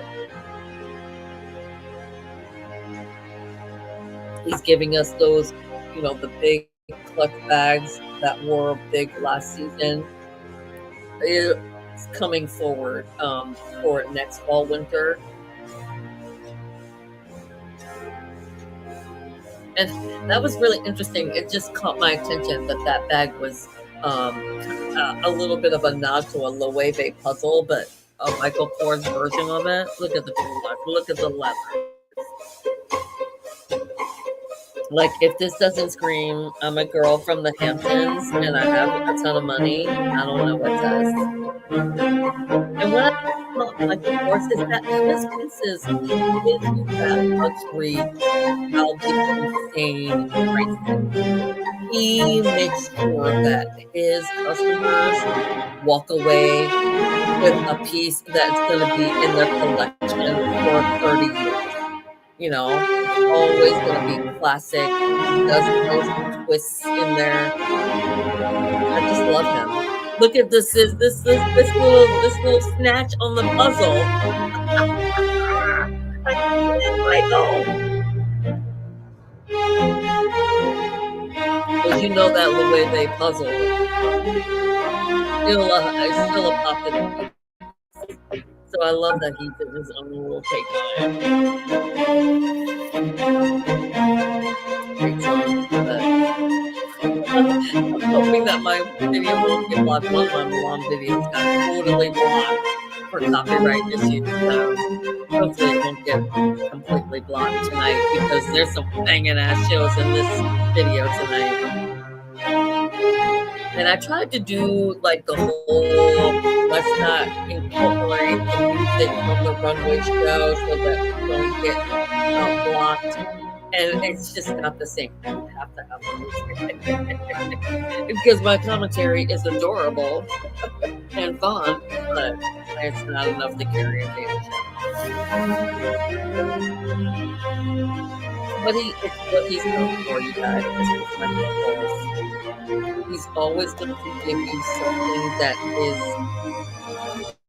to replace a staple in your wardrobe, to freshen up, to modernize a piece in your wardrobe. Say you have Kate. Well, here's one for 2025. Say you have equestrian boots in your wardrobe. Well, here's a pair for 2025. You know what I'm saying? That's what Michael Kors is known for. He's going to give you updated, fresh staples.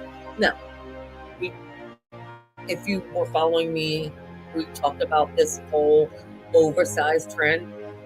And my take on it, if you weren't following, is I'm a woman of short stature. So when I see oversized on oversized, it's hard for me to swallow and for me to put into my wardrobe because I am so small. It looks like my clothes are wearing me. But if you're 5 feet, 10, 11 inches tall, that works for you. So a lot of models can pull that look very easily. It's very interesting that he is giving us so much of it because it seems like other cities moved away from oversized and just did the one and kept everything else. But again, he wants to give you an updated version of what's in your wardrobe right now. If you're still doing the oversized, you've been doing it for a few seasons, maybe you want to freshen up the suit that you have. You want to freshen up the pieces that you have. That's what Michael Kors is for. Does he give you innovation? Yes, but in doses. Does he give you something you've never seen that's so outrageous and fresh? Yes, but in doses. Michael Kors Collections is for you to update what's in your wardrobe and make it fresh. And that's what he wants to deliver.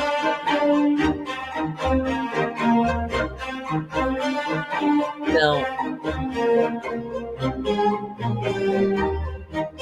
me personally, I love it when Michael does color. He's not giving us a lot of color, which is fine. You know, these camels, this is all very, and I knew he was going to, did I not say it? I knew he was going to have some fun. All these wraps, all the cloths, all the jackets in the faux fur, I knew he was going to do that because he's done that. Wanted to modernize it. And he always has. He's been doing it A little too okay.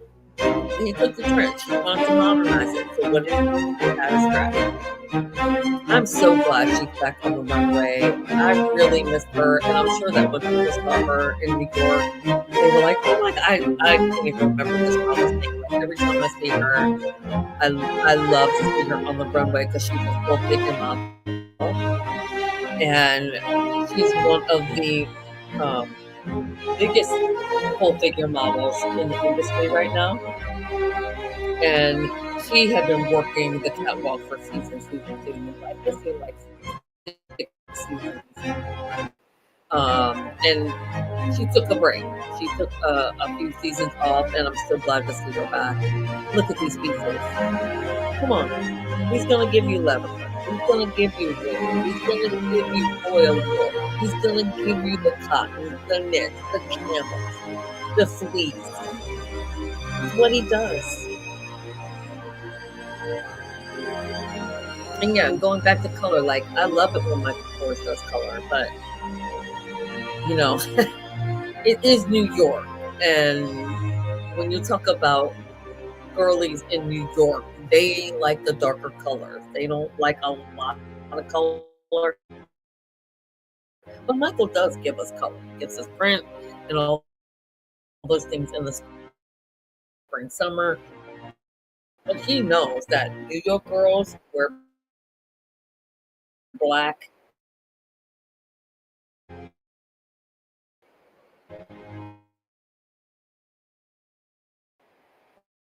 Black. Like,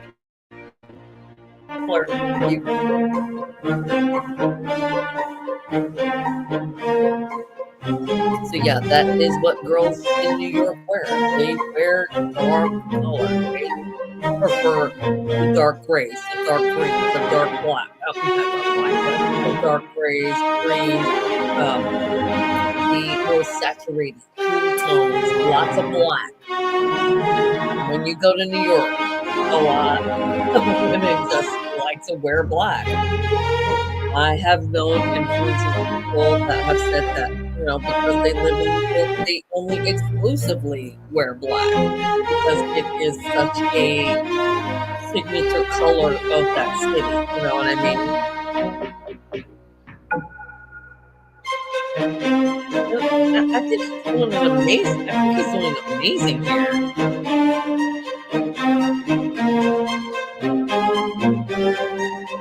It's not following, like because the way that fashion month works, New York is always perfect. People think that whatever happens in New York is going to be what trickles down as a trend. But you have to remember, like every city is unique. They're going to give you what the clients in that city want. You know what I mean? So when you see London, like when you see the Burberry collection, that is very exclusively for the UK customer. When you see Michael Kors, he is almost the Big Apple of New York. You know what I mean? He designs for the New York customer, and if international clients want to buy it, great. But he is still going to always keep in mind a New York woman, because that is what his house is known for. It's where he's from. It's where he probably lives. It's where I believe I remember that his mother lives in Kansas. He moved her to a house in Kansas. So that's where he grew up. That's what he knows. That's what he's used to. And it's going to be that element in his collection because it's who he is. He's not going to give you something false and something that's not truly him. So in every Michael Kors collection, there is going to be that New York woman in mind. Whether it be in color palette, cut, design, accessory, it's always going to be New York.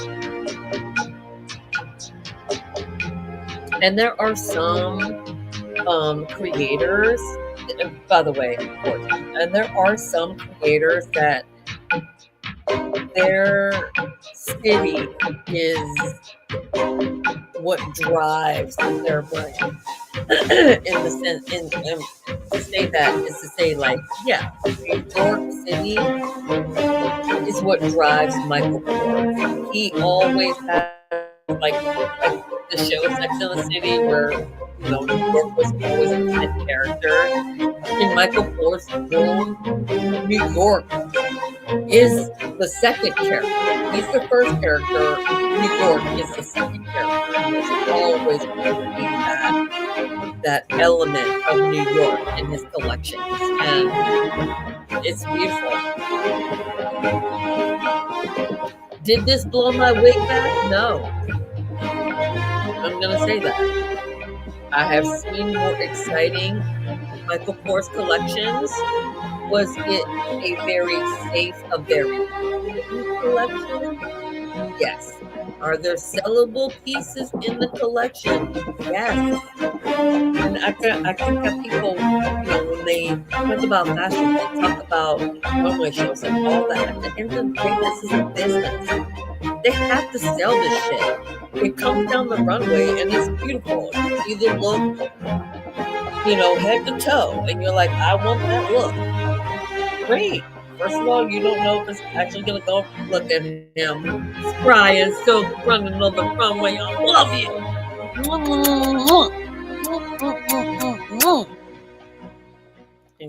Listen, I just love him.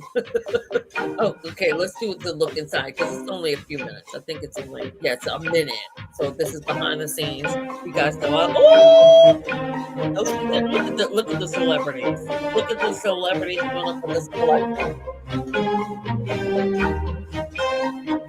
Oh my god! Oh my god! Look at that. You guys know that I don't usually advertise. I give you behind the scenes stuff.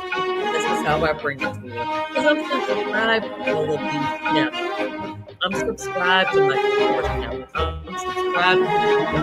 I'm subscribed to all of these channels. So I get to see like these little advertisements that they do for a bag or a perfume or whatever. So I love giving you guys I love that he started this collection with a vintage model. Was that Kim Kardashian? Look at all the celebrities. You can't do it.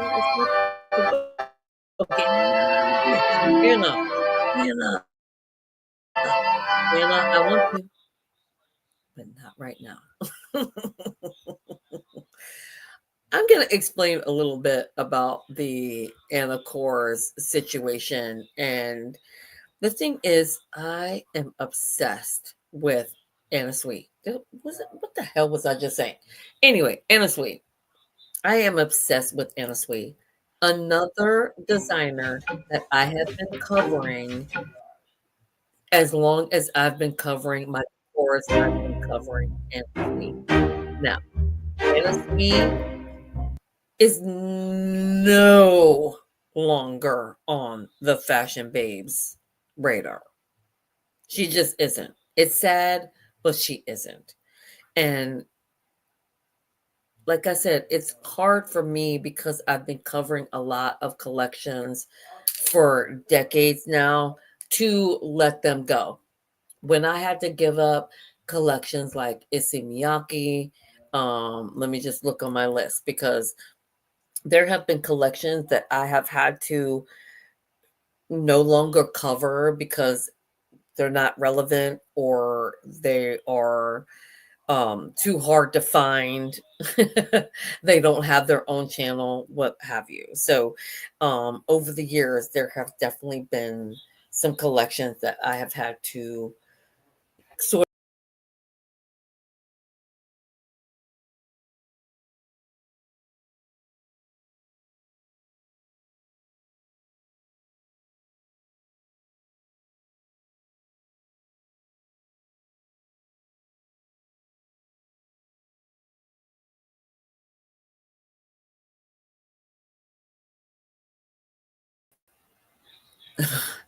Okay, sorry guys, I apologize.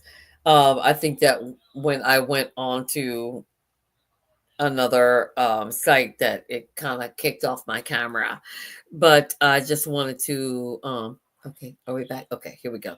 So I just wanted to first of all, say I'm sorry, because I'm kind of flipping back between screens, and I think that is kind of messing me up. And I was on the Word um, page for too long that it kicked my camera out. So just so you know, all right, what the hell are we doing here? Because I'm only being shown on this tiny little piece of screen. So let's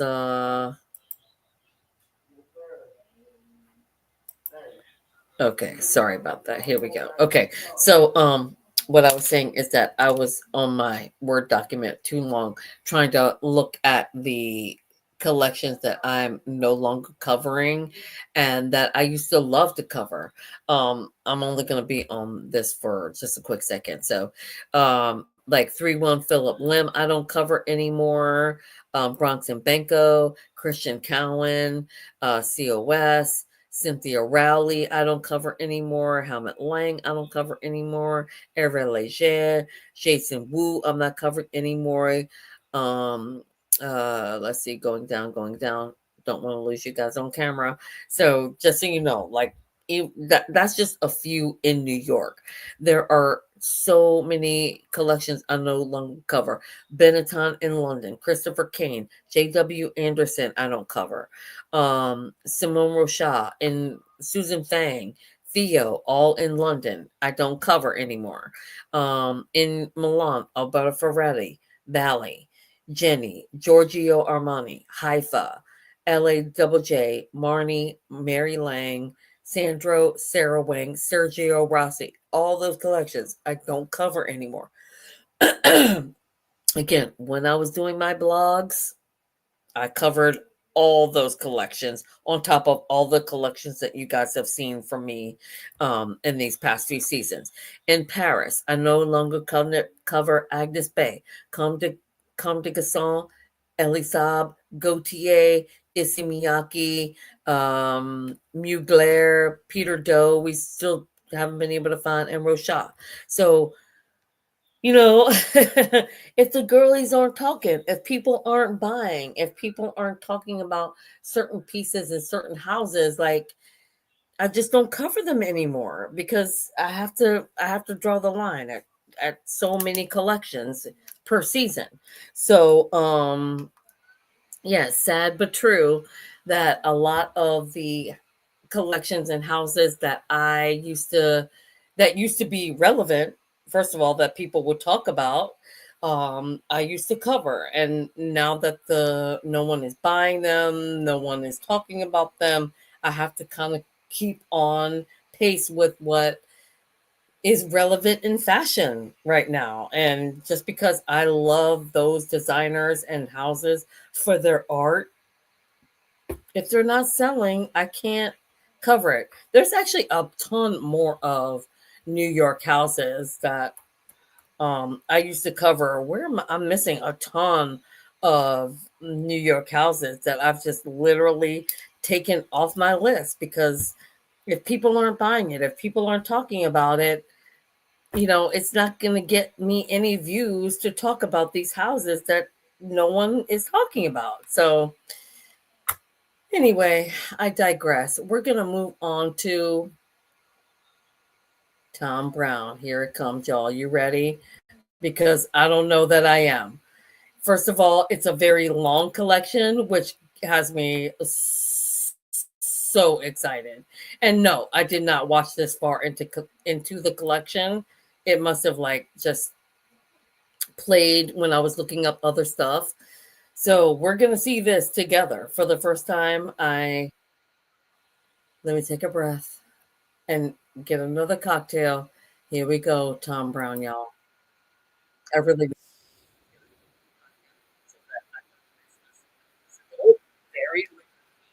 very. Oh my God, that started so libertine, you guys.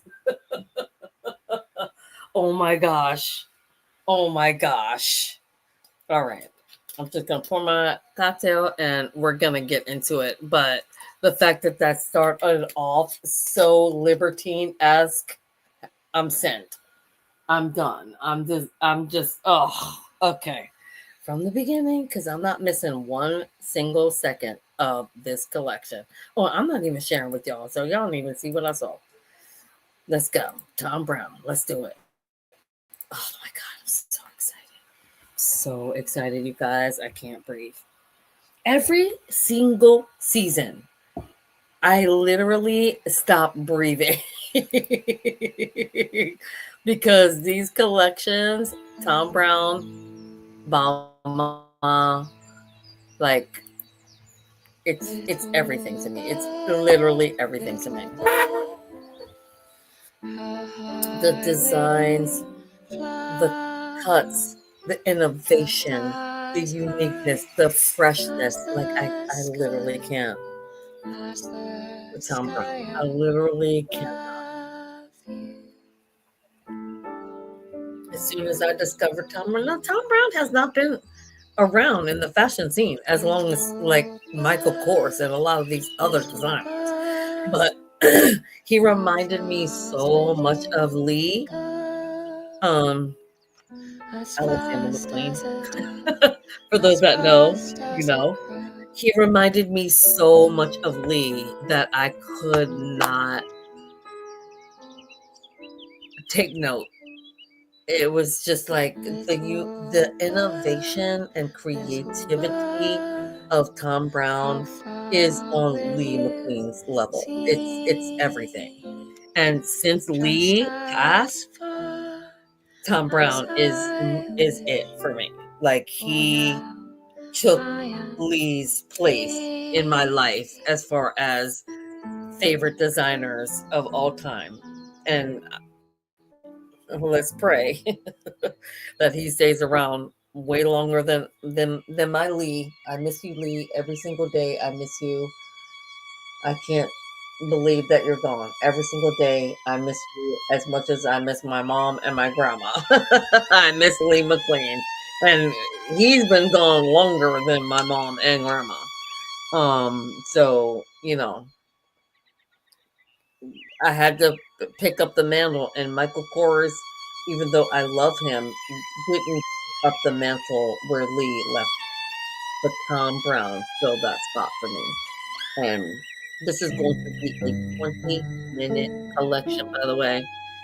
And I will be excited throughout. I'm already excited, by the way. Just the cranes. Last season, it was the Raven. So this season, he's doing cranes. And I'm wondering if for that, he's going to incorporate a lot of origami and Japanese elements into the collection. Last year when he did the Raven, it was so haunting and dark, which we loved, and that is also again very reminiscent of Tom Brown. Very haunting, very dark, very creative, just like my Lee. And again, why I love him. It's just it's the craftsmanship.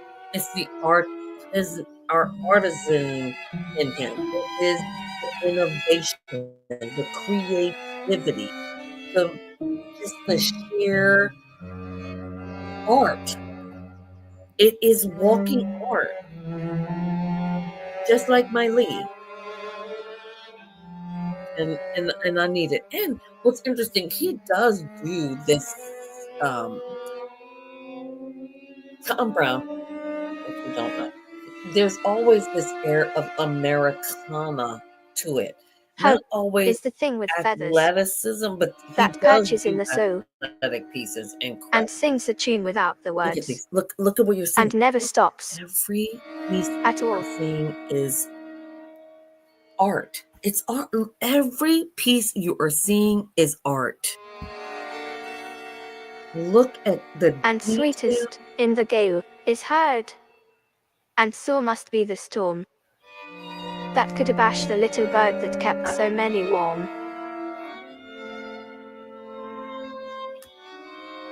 I'm obsessed already. And he does do a lot of oversized, but that's what you expect from Tom. You know what I mean? And I've heard it in the it's chillest it, land, it's almost and on in the this strangest sea, comedic way. yet never in Like when he extremity. does It oversized, asked it's the crumb always on of me. an outrageous level. I mean, listen, if you know McQueen, you get what I'm talking about. If you know when Lee was creating, you get what I mean with Tom Brown and this design that isn't always for you to go out and buy. He gives you pure walking art and is everything to me. Everything to me. Now, if you don't know Tom Brown, black, white, and red is the logo signature colors of the house. There will always be those. And sometimes he does it within the garments, sometimes he does it as a tag. I don't know if you saw like the walkaway tag in the back of that coat. He does that in a lot of his garments where he will put that walkaway tag or he will put a tag of his signature colors somewhere within the garment. Um and like this look right here where it is literally the gray, black, and red within the entire look. Um so like when you talk about reds and things like that, like even though that's in the color palette of the house, he doesn't always give you red. He will always give you black. He will sometimes give you white. And I just need for you, if you are watching this video, to please go and archive some Tom Brown collections because there's always this air of darkness, but with a little bit of whimsy to it, a little bit of fun. See the walkaway tag in the back of the coat? There's always this little bit of nonsensicalness to it, where it's almost humorous in a way, like a dark humor comedy movie is a good way to describe Tom Brown's collections. He's and he does a lot of these cutest birds, which again reminds me so much of my Lee that I can't help but compare those two designers, those two artists.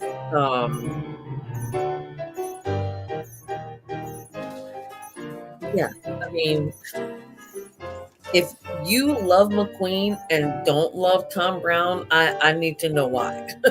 Drop some comments. Or if you love Tom Brown and love Lee when he was designing.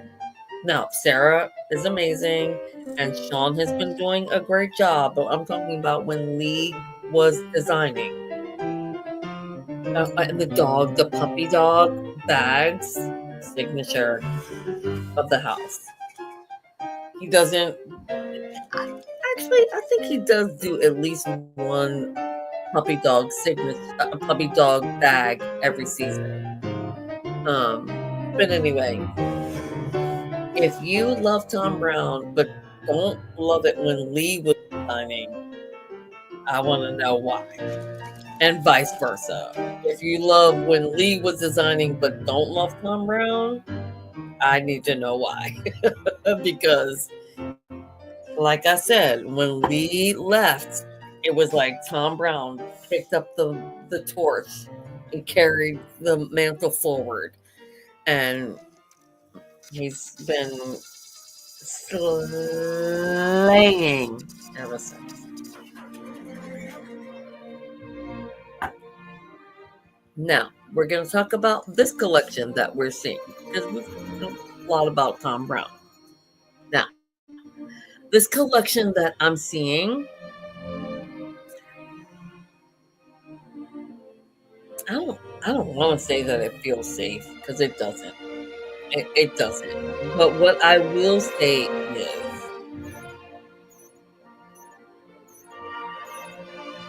This seems, you see the red, white, and black? You see red, white, and black. That's his signature colors. And he will have those throughout. But anyway, I'm going to say that this is art. He did not miss a beat. That this collection is fresh. It's innovative. Every Tom Brown fan collector is going to find some incredible pieces to add to their collection this season. And he does do a lot of the oversize. Even when it wasn't on trend, it's something that he loves to do. Um, it's art, you guys. There's no. I hate to say there's no judgment, there's no review for it. You just need to love it for what it is. It is walking art that you are seeing.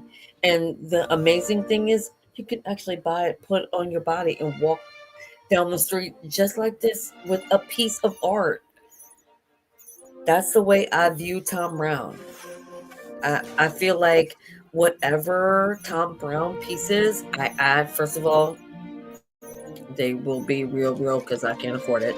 But I'm saying, like, when I put some Tom Brown pieces into my collection, into my wardrobe, they are going to be pieces that are outside of my wheelhouse, like something oversized. It's going to be something, unexpected and unique in my wardrobe because that's what I want. I want something that's going to be outside of my box, outside of my comfort zone, to put into my wardrobe that is a piece of art that I can wear. And I'll be thrilled to wear it. And I promise you I will wear it. I just need to find the piece. And when I do, well, there's going to be a whole video about it as well as an unboxing and try on video. Look at these. And listen, like, how did all of a sudden we go Japanese-esque in our design? You know what I'm saying? Like, he can get away with that shit. He can get away with it. Another thing that I love about Tom Brown is when he does these mixture of fabric mediums. He will incorporate a wool with a lace, with a denim, with a, you know what I'm saying? Like, he loves a mixed medium. He loves to combine everything. He's genius at it. He is a genius at layering and mixed fabrications, patterns, and colors. Brown, I want it. And I do. Listen, growing up poor, not being able to afford things, I'm a label whore. If I'm wearing Tom Brown, I want you to know that this says Tom Brown. Not in everything. I do love a good logo. I love a good brand placement. Is this is it. This is what this combination coat jacket overlay of a coat on top of a, that is Tom Brown. That is the artisan, the genius of the man, where he can mix so many elements and it works. I love him. Lee, I still love you. I didn't forget you, Lee. I don't want you to be sad. You were the originator. You were the originator. I will always love you. I will always want archival pieces from when your hand touched it, or at least the design of it. However, Tom is still here, and I think that if you were still here, Lee, you guys would totally be friends. Can you not see Lee and Tom being friends? Well, not friends, colleagues. Appreciators of each other's art. But I don't know that the two men actually get along with each other. Tom Brown is a much more mature man. I mean, I'm sure maybe Lee would have matured in age or whatever. But Lee always had that UK I don't give a fuck attitude. Where Tom Brown has a much more mature on fashion. Where Lee was just like, I'm just gonna throw shit at the wall and see what sticks. And of course, everything stuck because it's Lee. But he definitely had some missteps in his career. He had people pissed off at him because of his attitude, and Gucci couldn't work with him. And, it's like he definitely was a rebel, where that's a good way to put it. Lee is a rebel, where Tom has that rebel dark quality with artist's perspective, where Lee was just like, I'm dark for the sake of being a dark artist. Okay, you guys, hold on to your hats, because for this incredible display of art, we're getting ready to dive into the world of Salma. Again, another artist that uses fashion as art. It's not just, let's kick out some jeans and send them down the runway. No. Olivier innovates. Lee innovated. Tom innovates. Whether it be fabrication, cut, creativity, silhouette, accessory.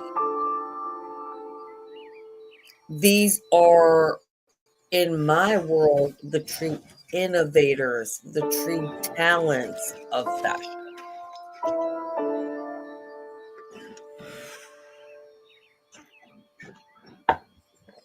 And as much as I have praised many of the creative directors throughout Fashion Month, many of the creators just this week, I went crazy over Misha. These designers, to me, it's not streetwear. It's not ready to wear. When Tom Brown and Lee created, it was a couture hand in every piece, from vision to execution to fabrication. This is fashion. Fashion is art. Fashion as art. Fashion is art. Fashion can be art. And this is what my channel is about. You want fashion for fashion's sake? Go follow another creator. I want you to see what fashion is as art. And there are no better creators on the planet, because I follow a lot of designers. There are no two designers that create like Tom and Olivier today. If I could bring Lee down, it would be Lee, Tom, Olivier, in that order. How far will you see? And by the way, the goal at some point when I'm monetized and making crazy money, the goal is to buy a Tom Brown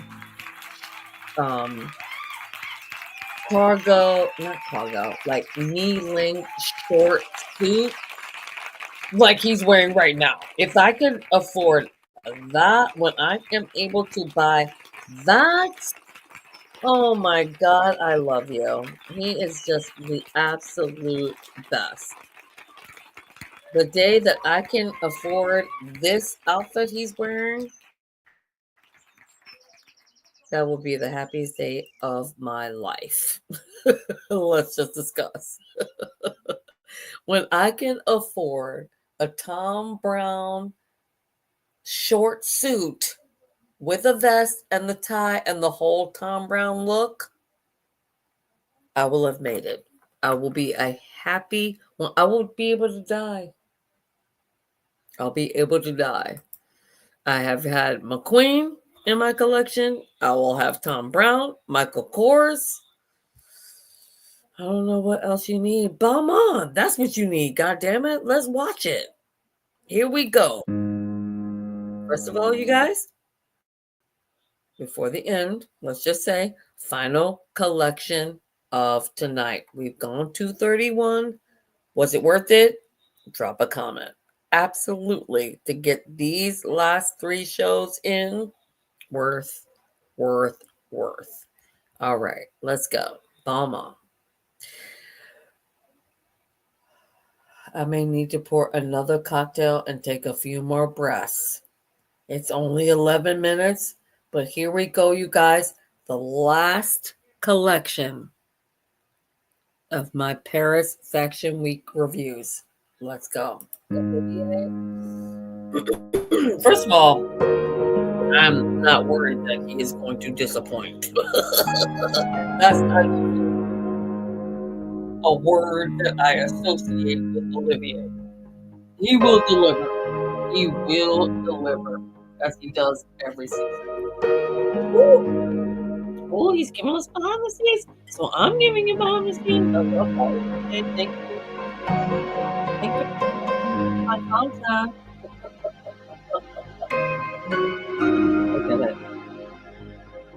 Look at it. Behind the scenes. Olivier, you're the best.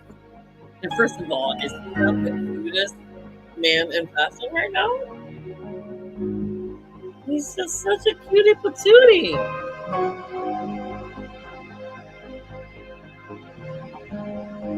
Oh man. Like during the pandemic, doing video presentations, we'll all love that. But the fact that he's weaving it into the runway show.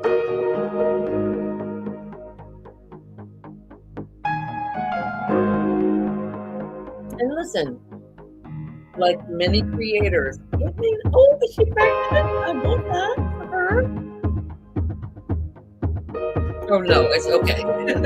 I thought that she was pregnant and that they were showing that design as her. Look at him. Oh my God, I want to kiss you. He's still wearing the braids.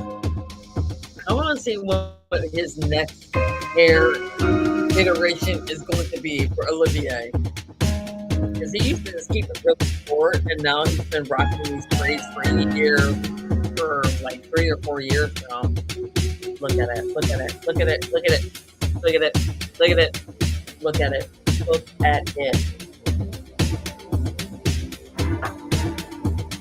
Oh my God, I love you. Look at it. Stop it. I just wanna get on the waiting list. I am going to buy some Balmain, Olivier Balmain, before this year is out. I promise you. Something. I need to own something, and let it be these boots right here. Shit, are you kidding me right now? Look at the boots. Look at it. Look at the amount of leather in that one pair of boots. I'm obsessed.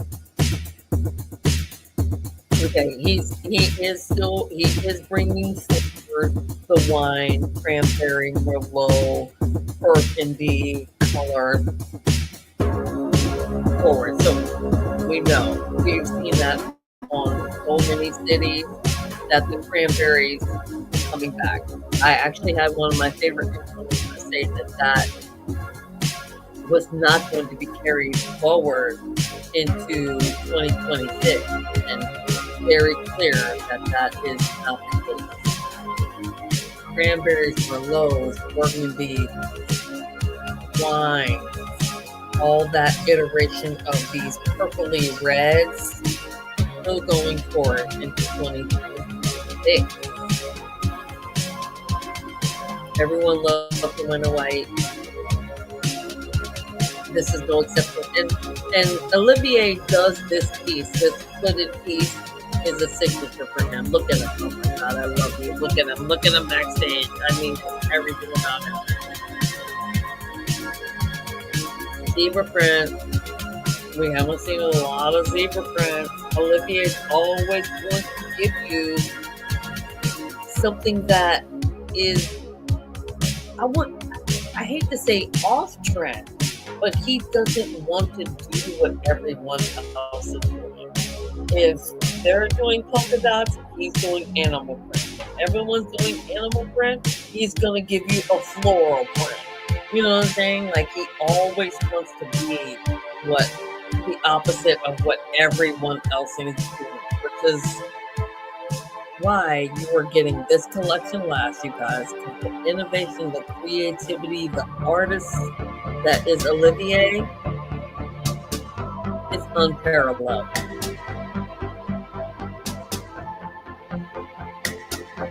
Now, if you want me to give you a comparison, and I can.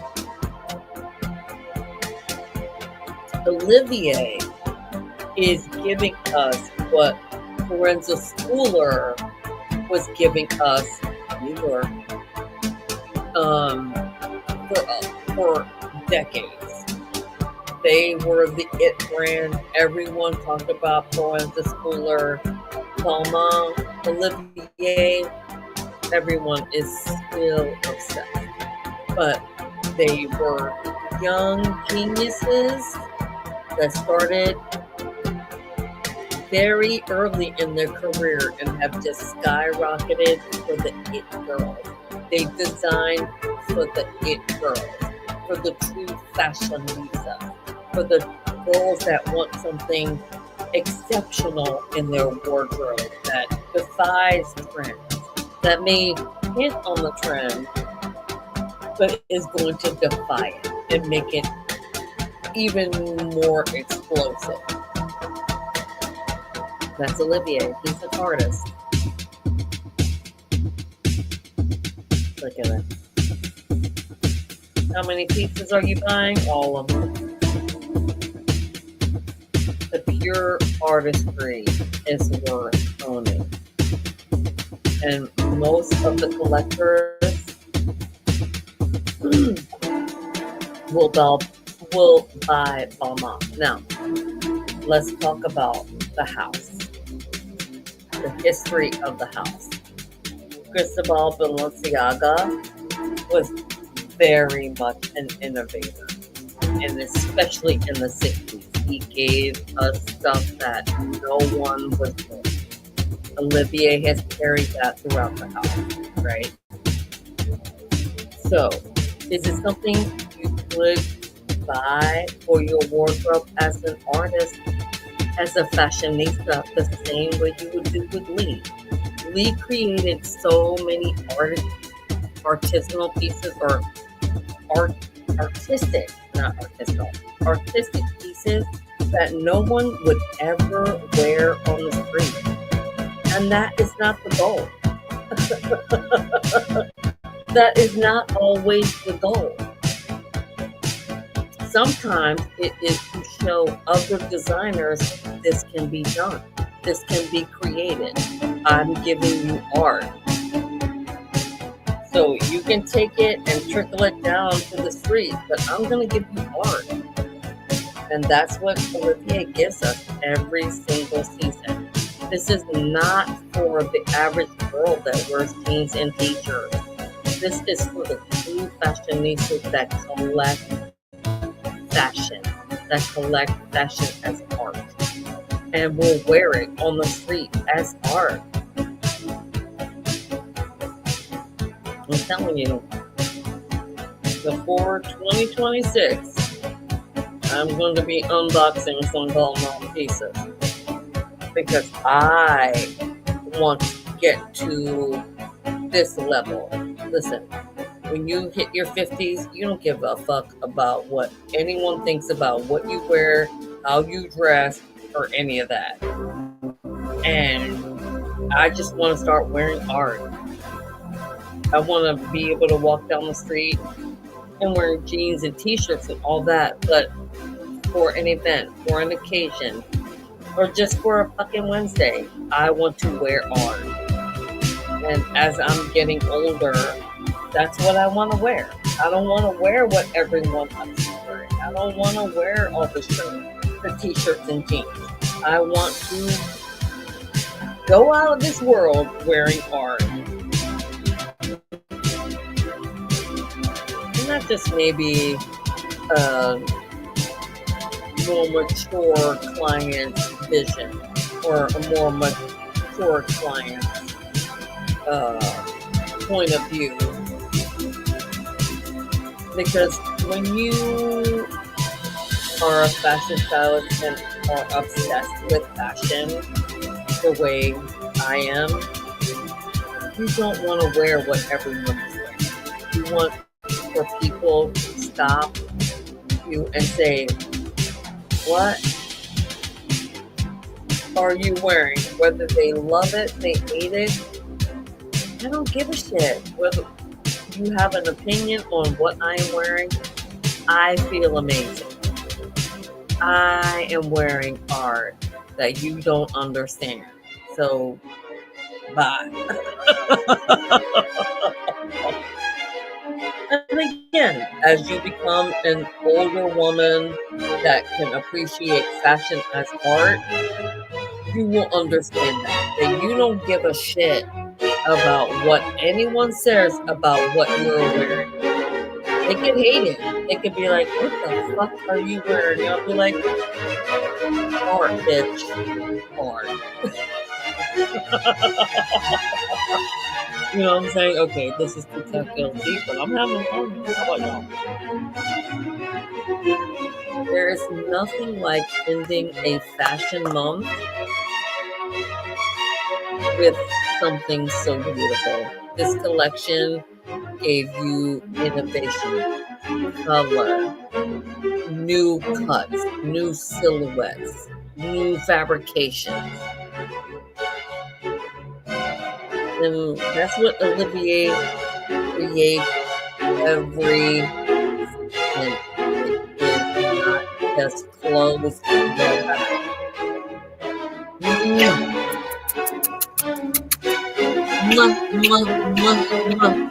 love you. We love you. Thank you. Thank you for ending our fashion month, Olivia.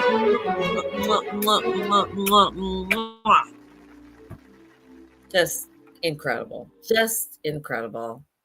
You cannot end Fashion Month. You cannot end Paris Fashion Week unless you end with Olivier and the Balmain collection. Maybe you think differently. This is my opinion. You know why? Because it's my channel. Anyway, you guys, this has been a shortened, stunted fashion month for me. It was really tough knowing that I would be moving back to the States from Belize, knowing I was going to be going into February, and that is when Fashion Month usually starts. DC Fashion Week, I was very disappointed because coming back to the States, I was hoping that that was going to be my dip back into the fashion world here in the US that I would be able to get to DC Fashion Week. Unfortunately, it just ran into a time frame that didn't work.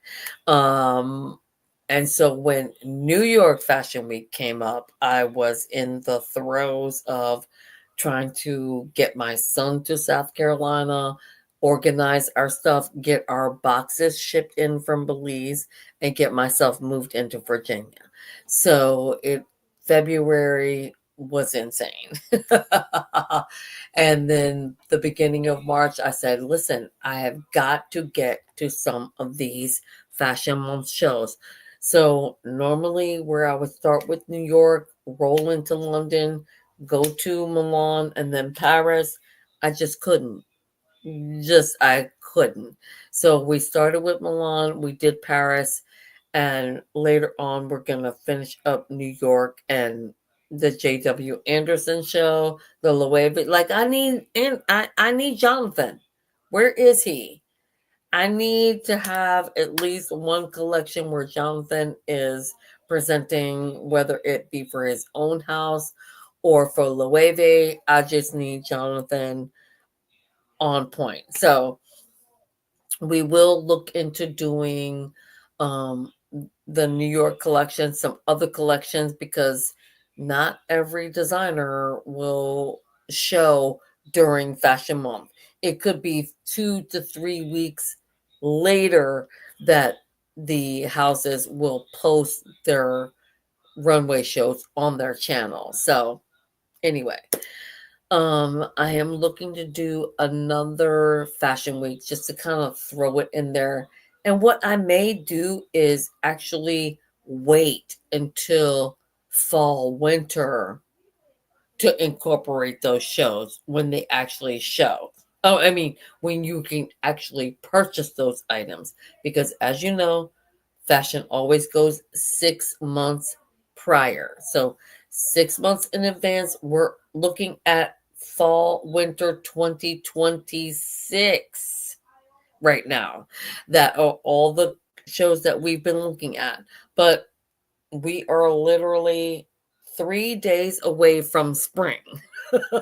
So now we got to go back from our 6 months archives when we covered the spring summer collections and start looking at what's going to be trending, what you're going to want to incorporate into your wardrobe spring summer.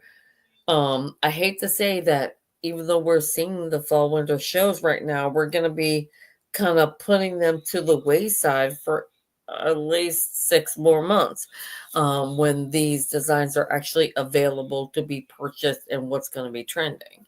So my next live on Saturday, 7:30 p.m., hopefully, depending upon my train ticket home.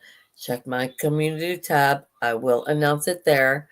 But I am hoping that next Saturday, 7:30, we're going to start talking about the spring summer trends. We're going to look at Cosmo, Vogue, and any other online websites to start picking up on what's going to be trending in spring and summer, not just in fashion, but also in makeup, hair, beauty.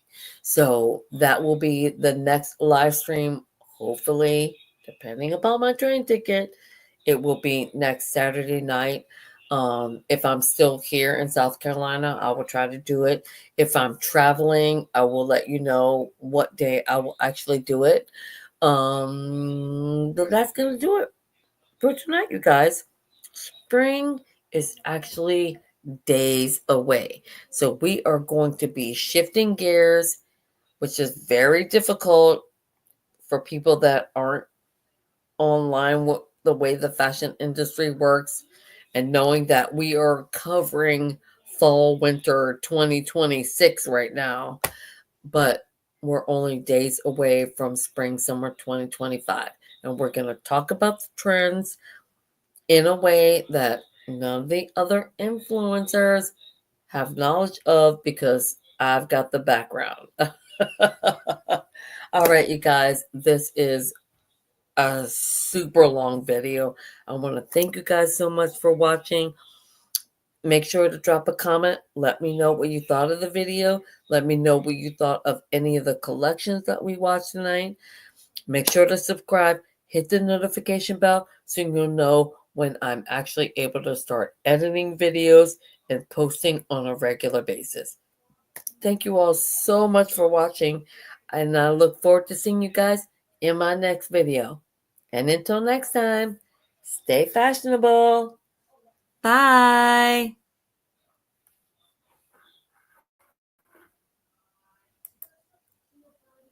And while I end my live stream, I get to do some Zoolander poses.